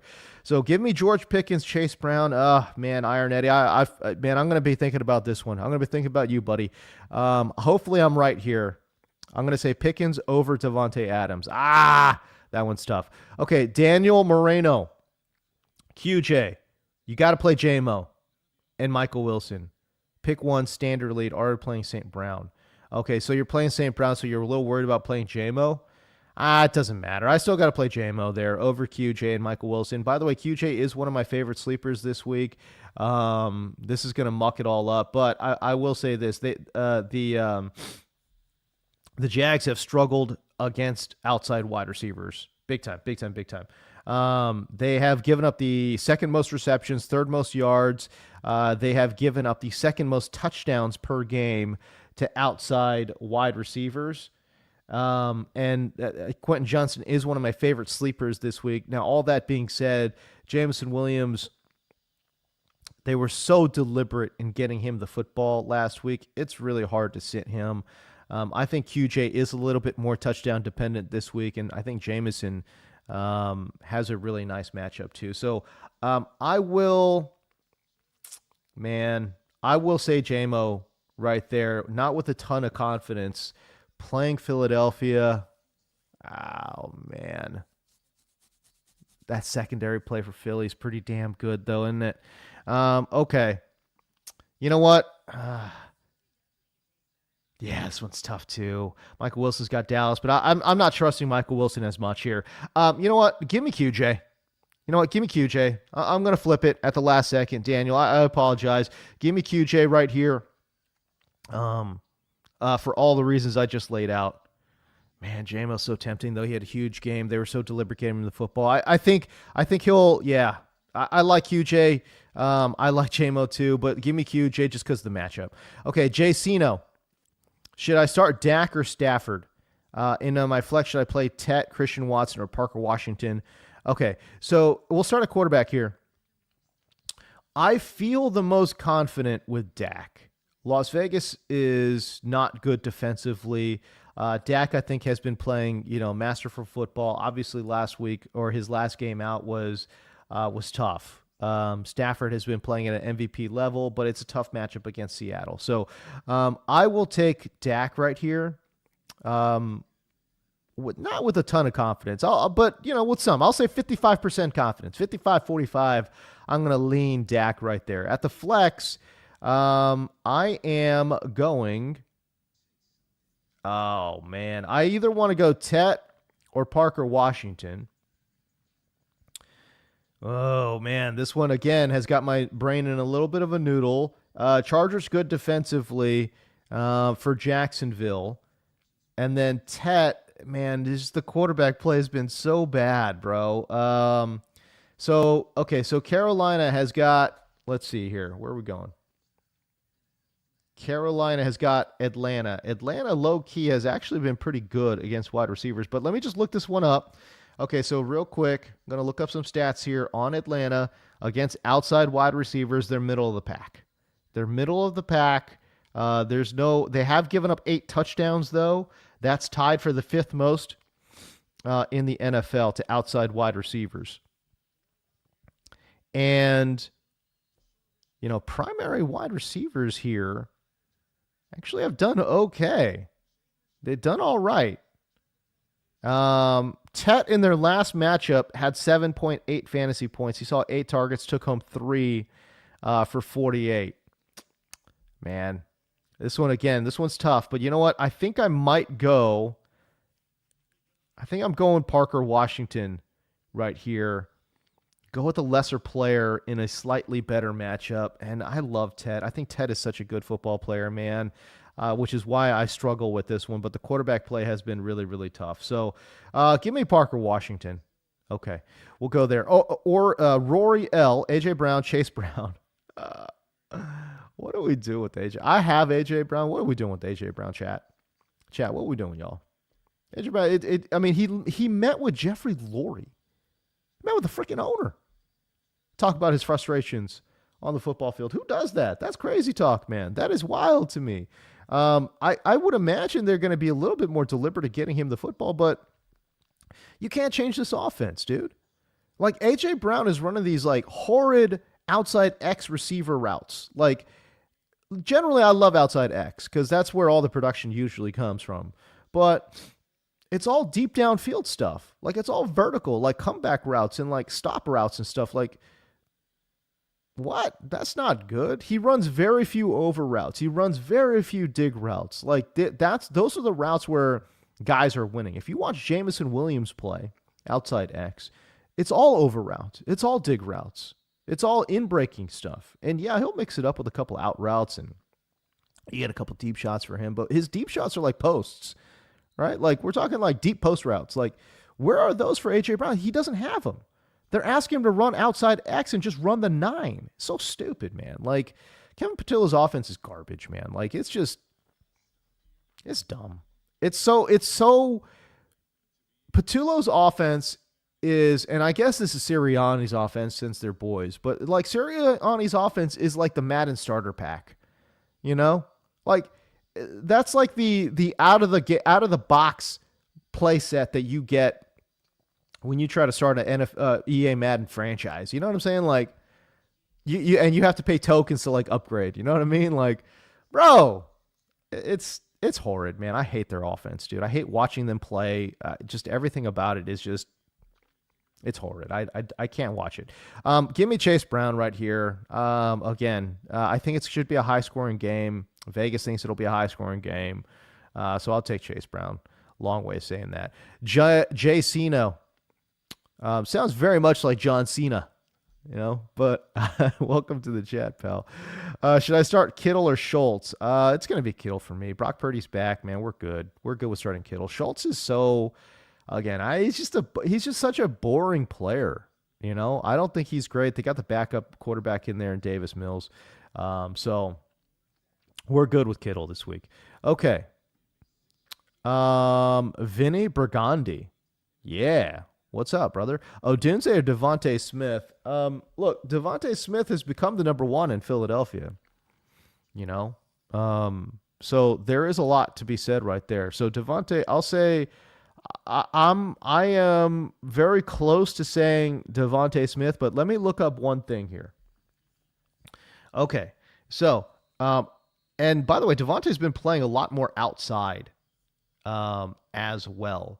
So he's taken on Detroit. Detroit against outside wide receivers has been very forgiving. They've given up the 10th most fantasy points to outside wide receivers. Question really becomes, where is Devontae Smith going to line up? That's where we're going to look here. Okay, well, what about Odunze? Man. Okay, let's see. Odunze is taking on Minnesota. And Minnesota is a very interesting team, right? Like Minnesota, it's all or nothing. Super high gamble. If he can make a big play, Odunze is going to be in a good spot. If he can't make a good play, he won't be. And to the point, right? Like Minnesota gives up over 10 yards per attempt to outside wide receivers. That's the third worst in the NFL. Yet they have given up the fewest receptions, right? To outside wide receivers because they've given up the fewest attempts to outside wide receivers. Why? Because it's a high blitzing style, and the coverages are really hard to read, right? So this one's an interesting one. If Odunze can make a big play, he's going to be in a good spot, and if he can't, he won't be in a good spot. Okay, let me look at some of these outside wide receivers. What have they done here? They limited Jamar Chase. A.J. Brown did have a big game against them earlier this year. J-Mo had a nice game against them. Zay Flowers put up double digits. Man, I don't know. I think I'm still golly. I'm feeling Odunze here over Devontae Smith, and Smith has been great. But I'm leaning towards Odunze here. Not great confidence, 51% confidence, 51-49. I'm leaning Odunze over Devontae Smith because I feel like narratively wise, maybe Devontae Smith sees a couple of fewer targets here as Philadelphia tries to get A.J. Brown involved. Just a touch more. Just a touch more. Fantasy Meatball. Good to see you, buddy. Okay. You need 3 wide receivers. What's KFFSC? What is that? Fantasy Meatball, give me some clarity here. What the hell does KFFSC mean? You need 3 wide receivers. DJ Moore, Parker Washington, Judy, Michael Wilson, and Adams. 425 start. Is he playing? Worry. For Devontae. I mean, they're saying Devontae's good to go. I don't know. I think he'll be fine. A lot of it just sounds like rest and maintenance, dude. So I'm not that worried about Devontae. I know some people are. I certainly am not. I don't know. Okay, so if I'm starting 3, I want to start Adams. I don't want to start Judy. Michael Wilson and Parker Washington are my calls here. Man, what do we do with DJ Moore? Like 1 week he gives you 25, another week he gives you 0. Dude, come on, man. We're definitely starting Adams of this group, though, for sure. And I definitely want to start Parker Washington of this group, for sure. So those are your 2. Of the third one, I think I'm starting Michael Wilson against Dallas. Dallas has been terrible. Michael Wilson's going to see a minimum of 8 targets. Minimum of 8 targets in this game. What does he do with those 8 targets? I'm not 100% sure, but we'll find out. So I think Adams, Parker Washington, maybe Michael Wilson here might be the call. I'm struggling between DJ Moore and Michael Wilson. It's definitely not Judy. Forget Judy, man. Like, great. He had 12 targets last week. Who cares? He still only caught 50% of them, man. Like, come on, man. I'm good. Dingo. Should I drop someone like Trey Benson or Brian Robinson Jr. to pick up a tight end? Can't you put Trey Benson on IR? I'm confused. I think you could. I mean, again, I think you could drop Brian Robinson unless you think CMC, unless you really want that CMC handcuff. Warren's on a bye. Freiermuth, I think, is a strong play. So is Fant. Dawson Knox is a good streamer as well. AJ Barner's a little too volatile, and Musgrave doesn't really do anything in that offense. So I think, yeah, if Warren's on a bye, you have to pick someone up. I'd probably drop Brian Robinson, and then hope you could pick him up after this week if you drop any of these other streaming tight ends, right? So, and if I'm picking one of those streamers, I feel the best about Freiermuth, but I think Knox is a really strong play too. Don't be surprised if they lean on Knox just a little bit more. Keon Coleman, a surprise scratch as well. So Freiermuth or Knox are my calls there. Fant is in a really, really good spot, but dude, he barely plays 50% of the snaps. And generally when I'm looking at fantasy tight ends, you got to get over 70%. And certainly Knox will, I think Knox will get there. And Freiermuth is around 60, 65%. So that's fine. Fant is playing about 50%, which gives me some pause. So either Freiermuth or Knox, I think, are your calls right there. And again, if I'm leaning somewhere, I'm leaning Freiermuth here, but I think Knox is a really strong play too. So yeah, I think you could drop Brian Robinson. If this is my team, I'm dropping Robinson. I'm picking up Freiermuth. And then after this week, I'm dropping Freiermuth and picking up Brian Robinson, if that makes sense. And not off waivers. Wait till he hits free agency. Derek Buck. Dak or Flacco? Man, this one's tough. Hard for me to get away from Flacco. Flacco's a little bit banged up. Better player, obviously, is Dak, but I think, oh, man, it's really hard to sit Flacco, man. I'm going to go Flacco. It is so hard to sit Flacco with Cincinnati's defense. This is supposed to be a high-scoring game. I'll take Flacco. As we know, though, Dak gives you a much safer floor. Much safer.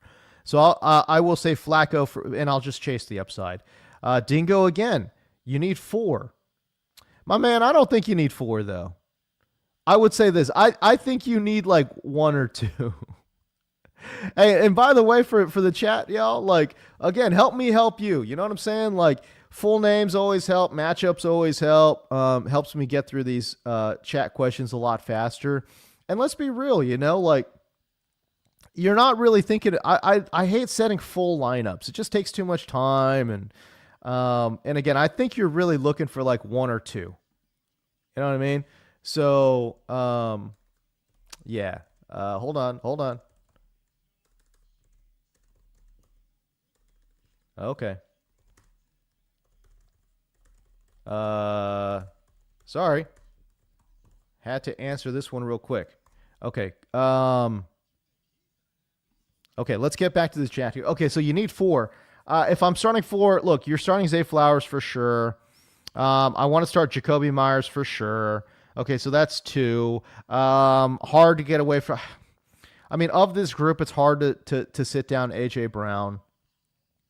I see a lot of stuff about like, oh, should I drop AJ Brown? I'm always just like, what are we talking about out here? Like, what? No, we can't drop AJ Brown. Like, if AJ Brown's name was not AJ Brown, and let's just say it was like, I don't know, like, let's say it was Romeo Dobbs, right? And like, he's giving you what he's giving you. Are you dropping Romeo Dobbs? No, you're not dropping him. You put him on the bench. Sure. No, but you can't be dropping AJ Brown, man. Flowers, Jacoby Myers. I think AJ Brown. And I think I'm going with I know Dobbs is hurt a little bit. I still go Dobbs. Screw it. God, I love Ted McMillan though. I love Ted the player.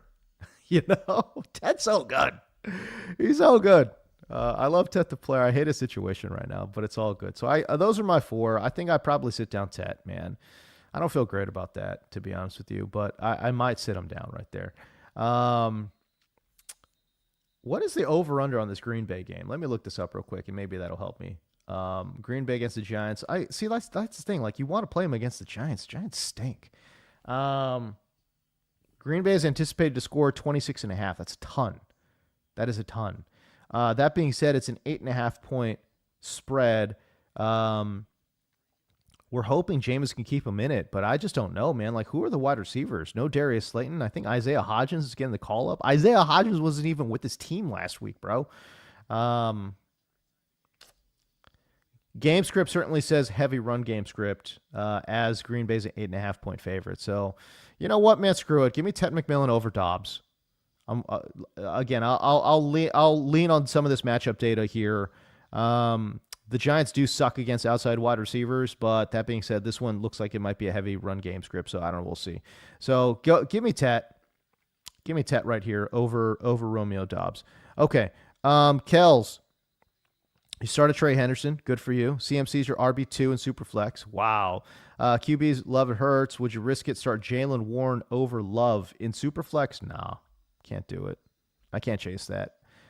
Give me that upside of a quarterback every single time, man. So we're good. David Pillsbury, you're a RotoWire member. All right, cool. You need 1 and 2 flexes. You definitely want to play Rashad White. Okay, and I think I want to play Vidal as one of my flexes. So you're playing Rashad White and Vidal. And then so I need to pick. I really don't care about Jerry Jeudy, y'all. And again, I'll go down with the ship, bro. Like if Jeudy ends up doing something, I'll go down with the ship. I don't care about Jerry Jeudy. They have him playing outside of his regular position. Like, they have him playing X receiver. Why? He can't beat press coverage. What are we doing out here? You know what I'm saying? Like, he's not that good against man. Like, he's just not a good separator, man. Like, I'm good. Like, if Jerry Jeudy does something and I look wrong, I'll go down with that ship. Dylan Gabriel? Oh God, no thanks, dude. I will take. I feel like Christian Watson's the call just because I want to chase a little bit of upside. David, that's probably where I'm going. I want to chase a little bit. Can Christian Watson hit 1 home run?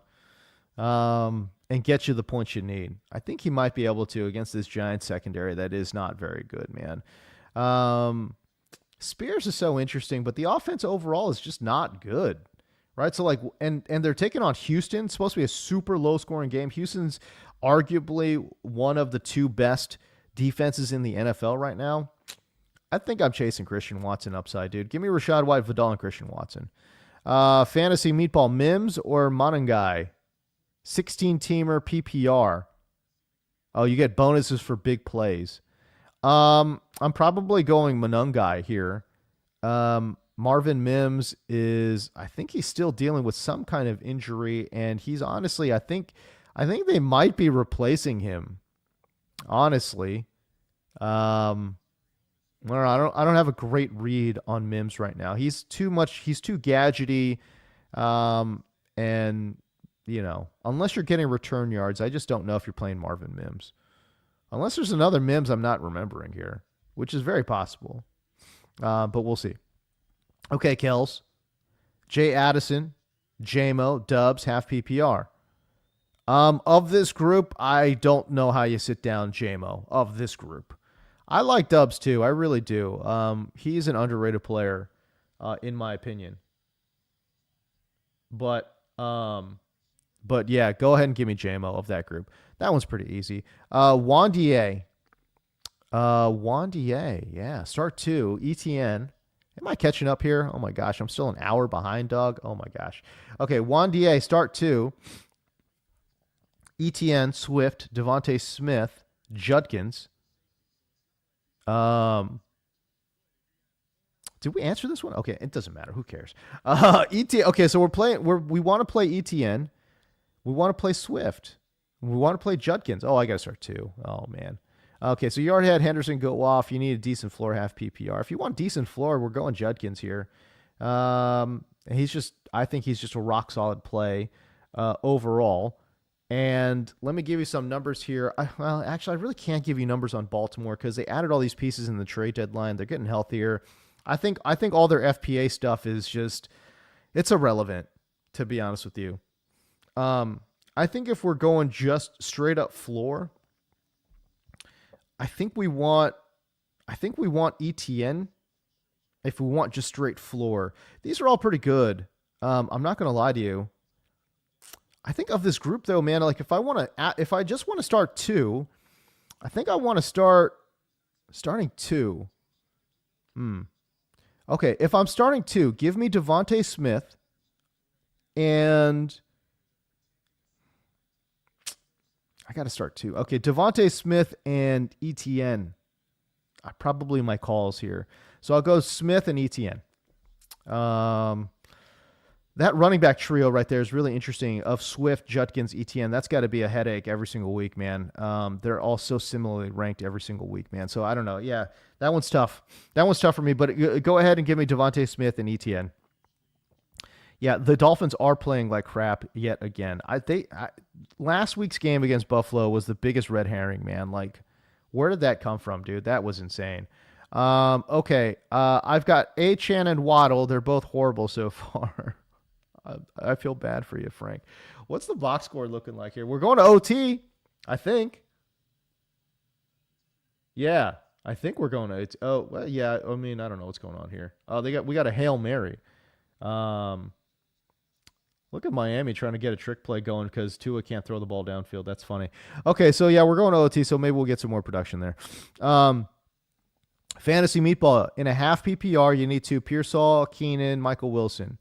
You know what's funny? I really want to play Pearsall this week. Got Brock Purdy back. Pearsall, I think, is the number one. They'll obviously incorporate Jennings here a little bit too. So I like Pearsall. And brother, I'll take Michael Wilson. I'll take my Campbell. I'll take my chances on Dallas's D. Why not? Give me Pearsall and Michael Wilson. Okay. Legacy. Tet or Vidal PPR? Give me Vidal. Vidal's been good every other week, which is really annoying, but I do think he'll be fine.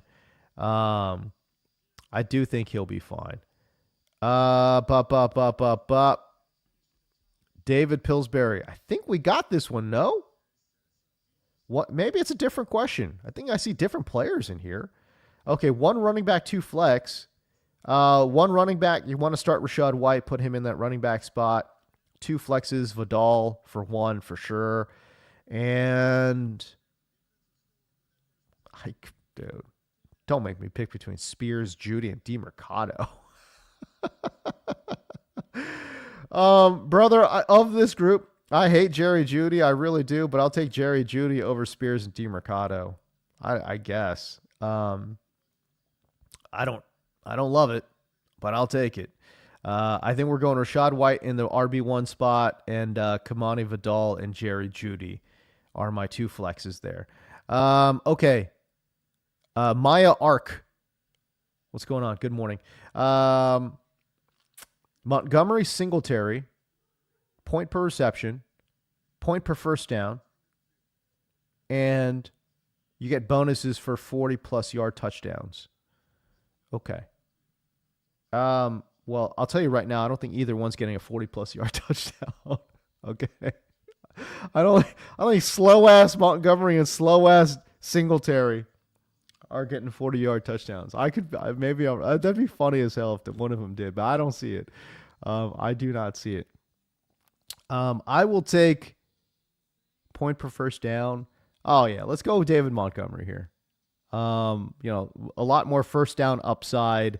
I think they'll get similar snap share, similar carry opportunities as well. And listen, don't forget now, Tyrone Tracy did bypass Devin Singletary last week. I know Singletary outplayed and outsnapped, out-carried Tyrone Tracy that 1 week, 2 weeks ago. But Tracy reclaimed it. He's the better player overall. So I'm going to say David Montgomery in this scenario. Kells. Good morning. Oh, I took you off. Kells. Cade Otton. Colston Loveland. Who are we going with? To me, I think I'm going Loveland here. Otton, again, is one of these players. He's on the field a lot, but he doesn't have a lot of upside, bro. So give me Loveland. At least I could chase him upside here with Loveland. You know what I mean?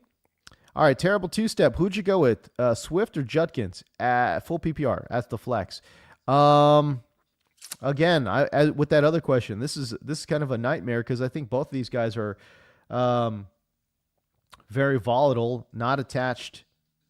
Swift is attached to a much better offense than Judkins, obviously. So my initial gut reaction is I think I want to go Swift. Judkins is the much better player.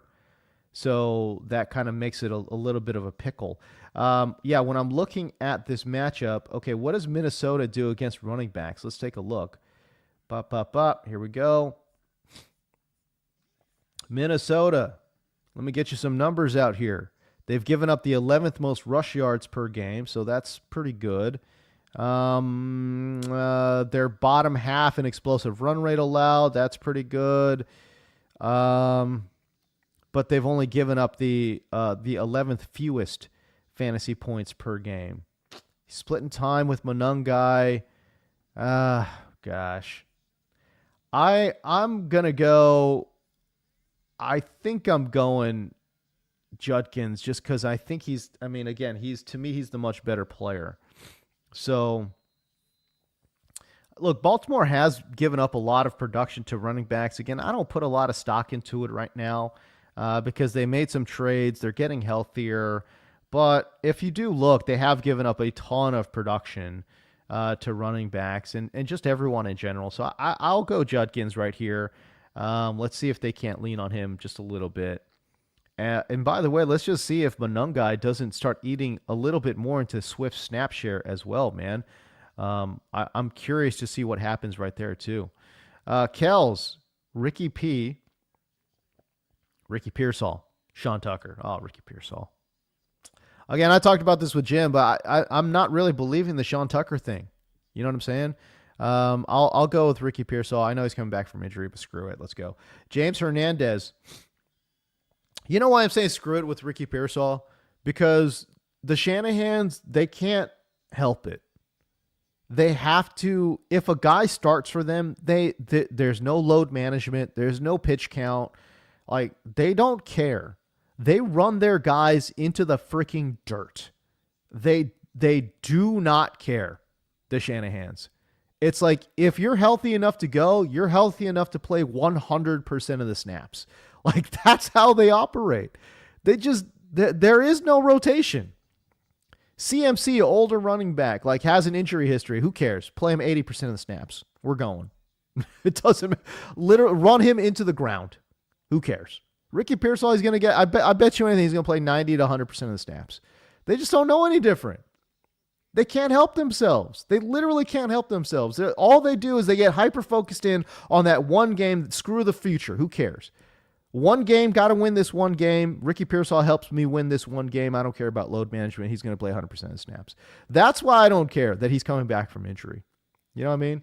But anyways, okay, James Hernandez, Harvey or JMO, dude. Oh, Harvey White or JMO at the flex. I'm playing RJ Harvey. Obviously he's getting inserted into a starter's role here. When you look at the depth chart behind him, oh man, there's just not a lot there, man. Like, they got a practice squad dude. Tyler Beatty has 14 career carries. Tell me how RJ Harvey just doesn't see like a dominant 70% snap share this week. I'm struggling to see how that doesn't happen.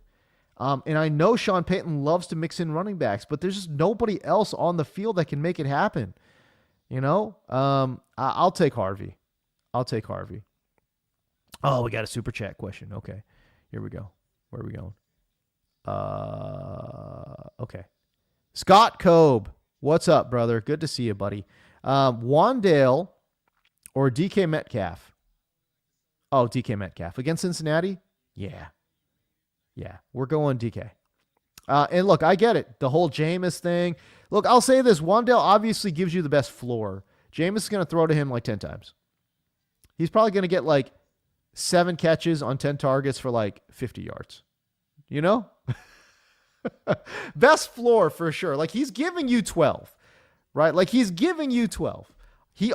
Coming off the bus, he's giving you 8. Just lock it up. 5 catches for 30 yards out the gates. Now, again, what does he do on top of that? I'm not sure. But I'll take DK. I'll chase that DK upside because I think he has the best touchdown upside. Cincinnati's defense is really bad. DK has a really good opportunity to post a really, really nice game. So I'll take DK right there. All right. Sorry, guys. I really do. I have been struggling with this right now. So let me – I just have to blow my nose, man. I do apologize. I'm going to mute this for 1 second. Sorry.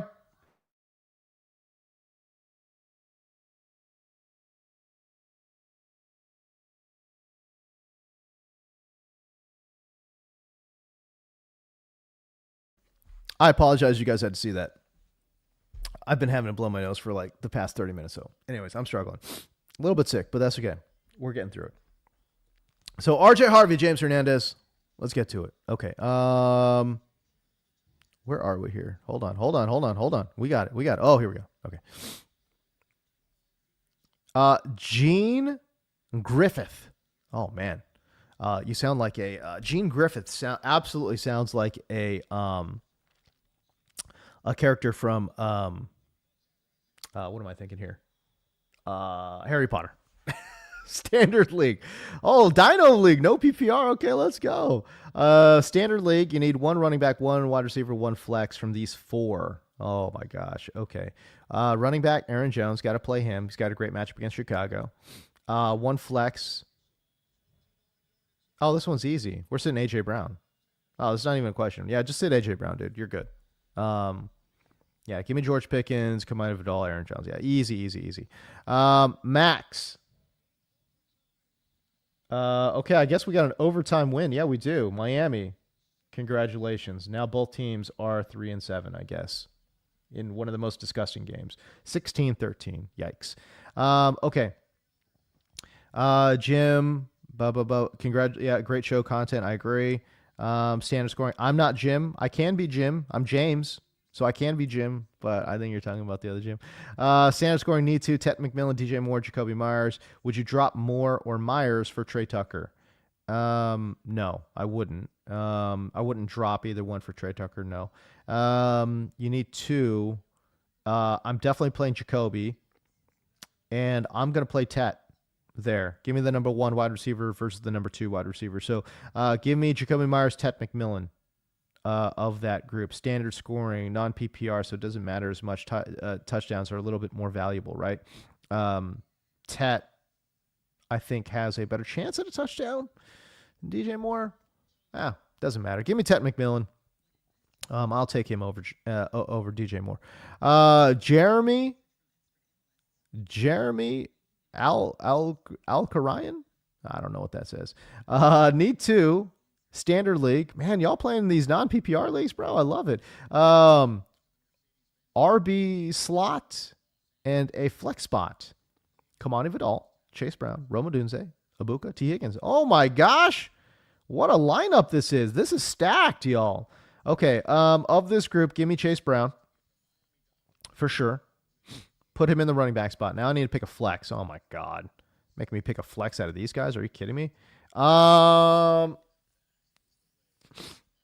I'm either leaning Vidal or T. Higgins here. And you know what? Screw it. Give me T.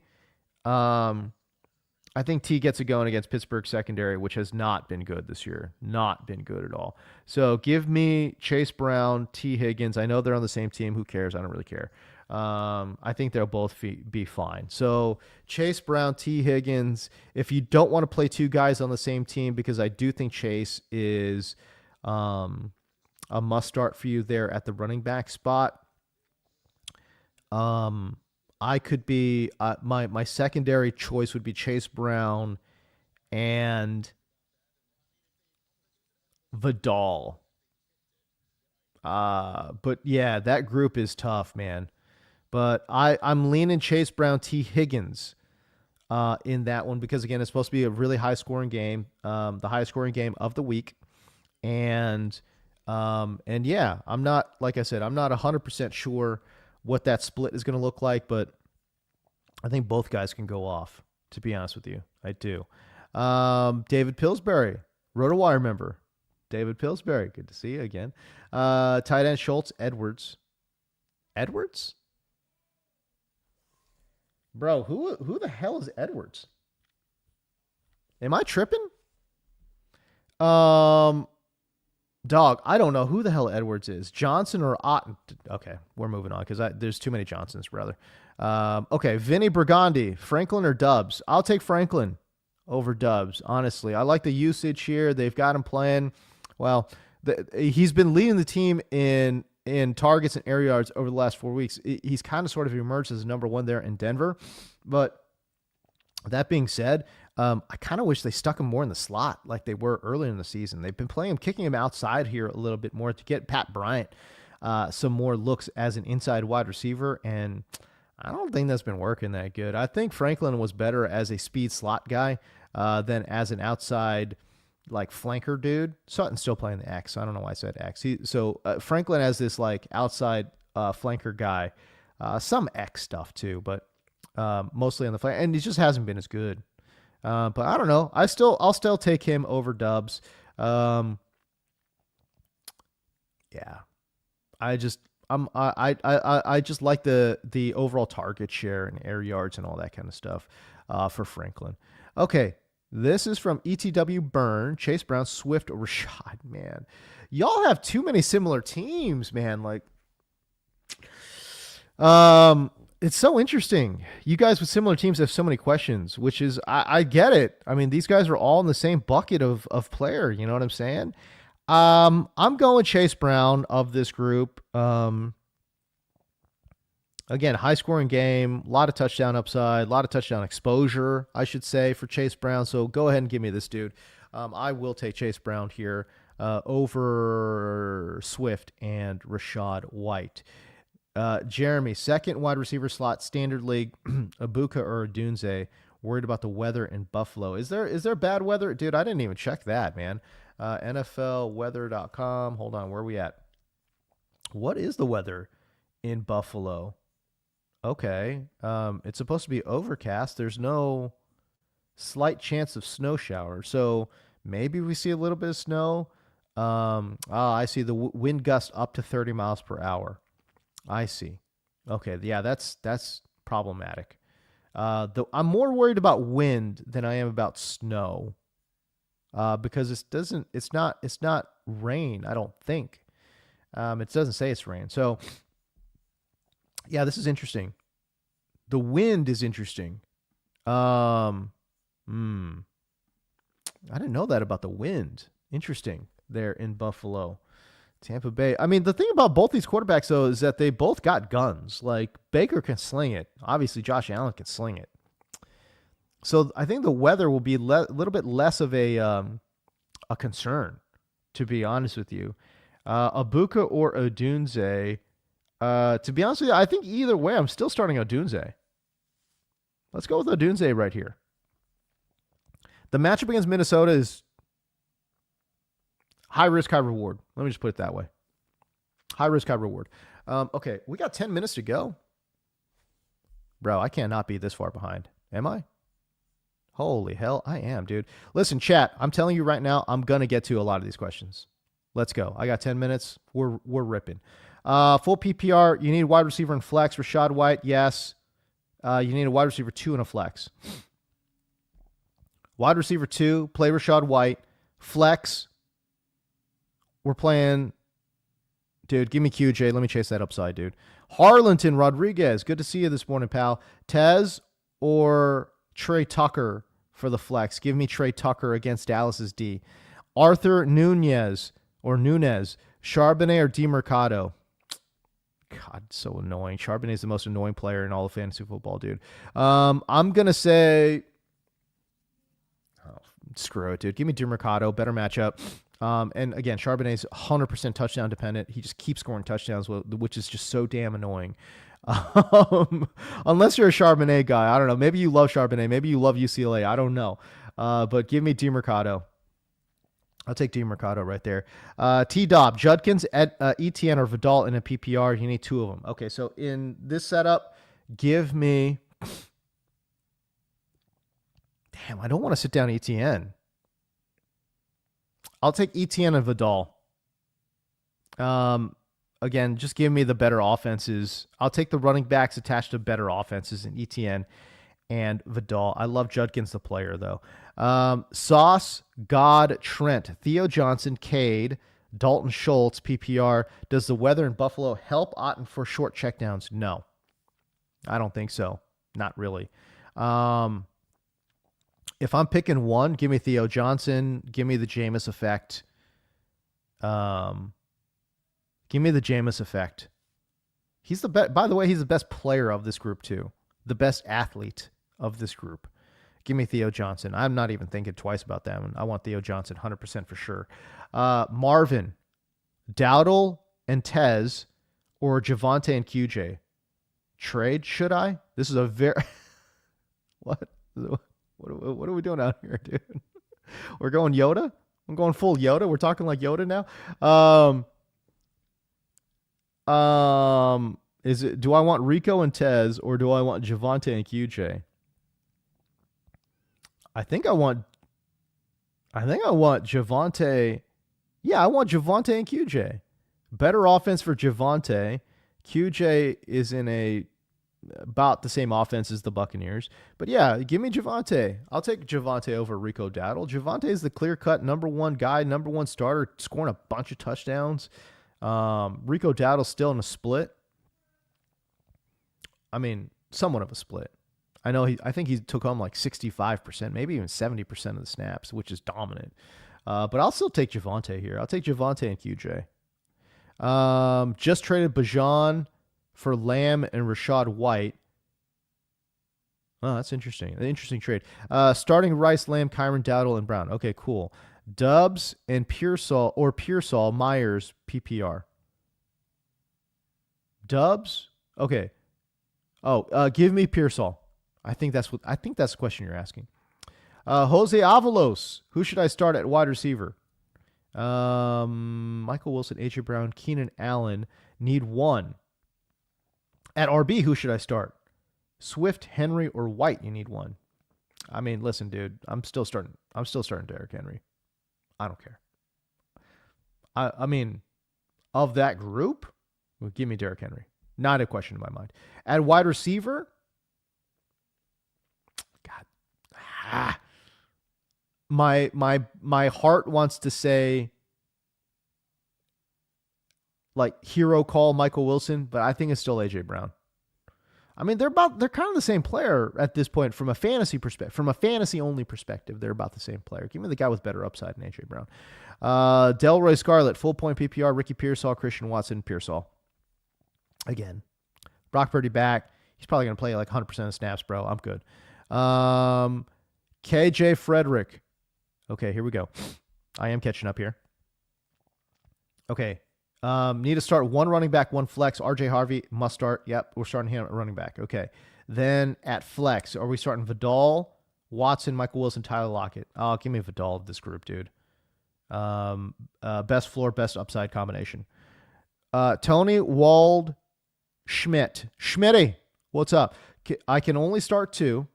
QJ. What? QJ Brown's running back? Or RJ Harvey or Jawan Jennings? I'm so confused, dog. What are you saying here? QJ Brown's running back. Oh, Quinshon Judkins. Dog, can y'all hit me with some full names? I got to be out here decoding shit like QJ Brown's RB? What? Okay. You're starting two. I need to start RJ Harvey for sure. Jawan Jennings gets cast aside here a little bit. Give me RJ Harvey and Judkins. Yeah, that one's easy. Oh, we got a super chat question at the buzzer. Automouse. Automoose? I don't know. Henry, I love the profile pic though. Henry, Vidal, or ETN, pick one. Dog, I cannot get away from Derrick Henry. I just can't do it. And I know that he has been, whatevers, but I mean, these other players have also at different points in the season been whatevers, right? But I don't think anybody has the upside of Derrick Henry. And I get it. Like, he has been blah, but I'll still lean on Derrick Henry and hope for the best here. Okay, here we go. I don't even know where I'm at in this whole deal. Okay, here we go. Francisco Marquez. 2 questions. Joe Flacco versus Pittsburgh. Aaron Rodgers versus Cincy. I want Joe Flacco. Okay. Over Aaron Rodgers. Chase Brown or Romo Dunze. First of all, I love the format of the question. Thank you. Okay, so Joe Flacco for sure. And then I will take Chase Brown. Yep. Easy call for me.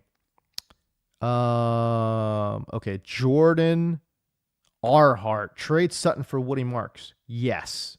If you're getting Woody, I'm always taking positional value over that wide receiver. So, yeah, I'll take Woody Marks over Courtland Sutton. As I mentioned, Courtland Sutton has been kind of sort of replaced as the number 1 there in Denver by Troy Franklin. I don't know. We'll see. Who do I start out of Vidal, Woody, and Harvey? RJ Harvey's a must for me. I think RJ Harvey's an absolute must. I really like Vidal too. Woody Marks probably 3rd of that group. Actually, Woody's probably 2nd of that group because he's playing Tennessee, and Tennessee absolutely sucks at stopping the run. Okay. AJ the Great, good morning. Full PPR. Wide receiver 2, flex. Wide receiver, okay, at the flex. Well, we want to get Rachaad White in there, so get Rachaad White in there. And then I will go with... I'm going to go with an upside. No, you know what? Give me Jacoby Myers. I'll take Myers right there. Rachaad White, Jacoby Myers. Jacoby, I think, gives you a good floor upside case as well. Harlington is back. Sleepers! Let's go. Oh, perfect day for Sunday football. I couldn't agree with you more, my friend. Appreciate you watching all my videos, man. Otten or Ferguson? Oh, Ferguson, easily. Otten is fine. He's fine. He's a guy. I'll take Ferguson. Harlison Rodriguez, Tez or Trey Tucker for the flex. I'll take Trey Tucker against Dallas, man. Obviously, they struggle mightily defending outside wide receivers. They've given up the most fantasy points per game to outside wide receivers. Somebody's out. I don't know who it is. Wandale, Candace, good morning. Wandale or Woody Marks? I'm going to go Woody Marks right here, even though, like I said, I think Wandale gives you a really nice floor. So Woody Marks for me. Tennessee's run defense is horrendous. Della Jeezy. You're just here for the vibes? Okay, that's cool. You bench Henry for Ginty. I don't hate it, man. Like, I get it, you know? I totally get you, brother. Della Jeezy, we appreciate you jumping in, bro. E. Jimenez. Full PPR pick 2. Harvey, got to play him. I'm playing Harvey and Vidal. That one's easy for me. Give me the 2 guys that I think are going to touch the ball the most. 21-12. Full PPR, Rachaad White or Woody Marks. I mean, this Houston game is supposed to be pretty damn low scoring, guys. I'm a little scared of it, but that all being said, I think I might still take Woody. Tennessee's run defense has been atrocious, and Woody Marks, I don't know if you guys remember this, but he scored 2 touchdowns against them last week, or the last time they played. He scored almost 28 fantasy points in PPR. You email Ben, Addison, RJ Harvey. Not even a question in my mind. With JJ McCarthy slinging rocks into the dirt, nah, we're good, dude. Washington, Lockett, or Aaron Jones? Washington. Okay, Parker Washington. Aaron Jones for me. Aaron Jones. Give me the guy. He's got a great matchup this week against Chicago, who struggles to contain running backs. Cut A.J. Brown. No, you don't cut A.J. Brown, dude. Tyjae Spears or Sean Tucker. Terrible choices. I agree. Give me Sean Tucker over Tyjae Spears. I don't want Spears against Houston, man. Houston's the best. Aiden Gallegos. Konos. I appreciate you. Woody Marks. Yes, Woody Marks. Give me Woody Marks right there, guy. I hope I got that in time. I see. HST something or other. Okay, got it. High stakes tournament style. Got it. KFFSC is a high stakes tournament. Okay, got it. In Kentucky. Okay, I got you now. Okay, I got you. Mordenheim, Tet or Rashad? I'm going Rashad right there. I don't know if I got this in time. Dylan, what's up, man? I appreciate you jumping into the chat, man. I apologize if I didn't get this one in time. Michael Wilson, DeMercado, Jerry Judy. If I had to pick one guy of this entire group, it's definitely not Judy. And these other guys play in the late window, so hopefully I did get this one in time. I'm going to say Michael Wilson, who I think is going to see 8 to 10 targets in this one. Judy or Ricky P? Ricky Pearsall, 100% for sure, no question in my mind. T-Dob, Vidal, Judkins, ETN, and PPR, you need 2. I don't know if I got this one in time. I would have said Vidal and ETN. Oh, man, it's Papa Greco. What's going on, brother? Good to see you, pal. How do I feel about Michael Wilson today? I feel good. I feel good about Michael Wilson taking on Dallas. Going to see 8 targets in this game. Let's go. Super nice. First of all, great handle. Super nice. I see you, bro. Rodgers or Brissett? I would have said Rodgers. Hopefully I got that. Hopefully you got Rodgers in there, man. Marvin Kano. Trade Dowdle and Tez for Javonte and QJ. Like I said, I would have rather had the Javonte QJ side, to be honest with you. Hey, man, I appreciate you, Fantasy Meatball, for jumping in, dude. All right, good luck to everyone here in Week 11. I know we're past this stage here. I apologize. I should have got some more questions. I went on a random rant. I also got in a little late today. Usually I get in a little bit earlier, get a few more questions in. I apologize, man. I wish I got to more. Golly, I can't believe I didn't get to as nearly as many as I wanted to. But anyways, I appreciate everyone out there, man. I'll try to get, shoot. I could even get through some of this, bro. Like, okay. Well, yeah, sorry, guys. It's just too late, man. Dude, again, that's on me. That's on me. Next week, I swear, we're going through. I'm catching up next week, y'all.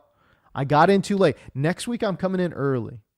Next week, I'm going to get in here early. I got in here late. I worked late last night. I work late every night on Saturday. I'm a college football analyst for my local LA affiliate here, and I work till like 10, 11 o'clock at night, my time, and I'm feeling a little under the weather too. You know what I mean? Anyways, if y'all would like and subscribe, that would be awesome.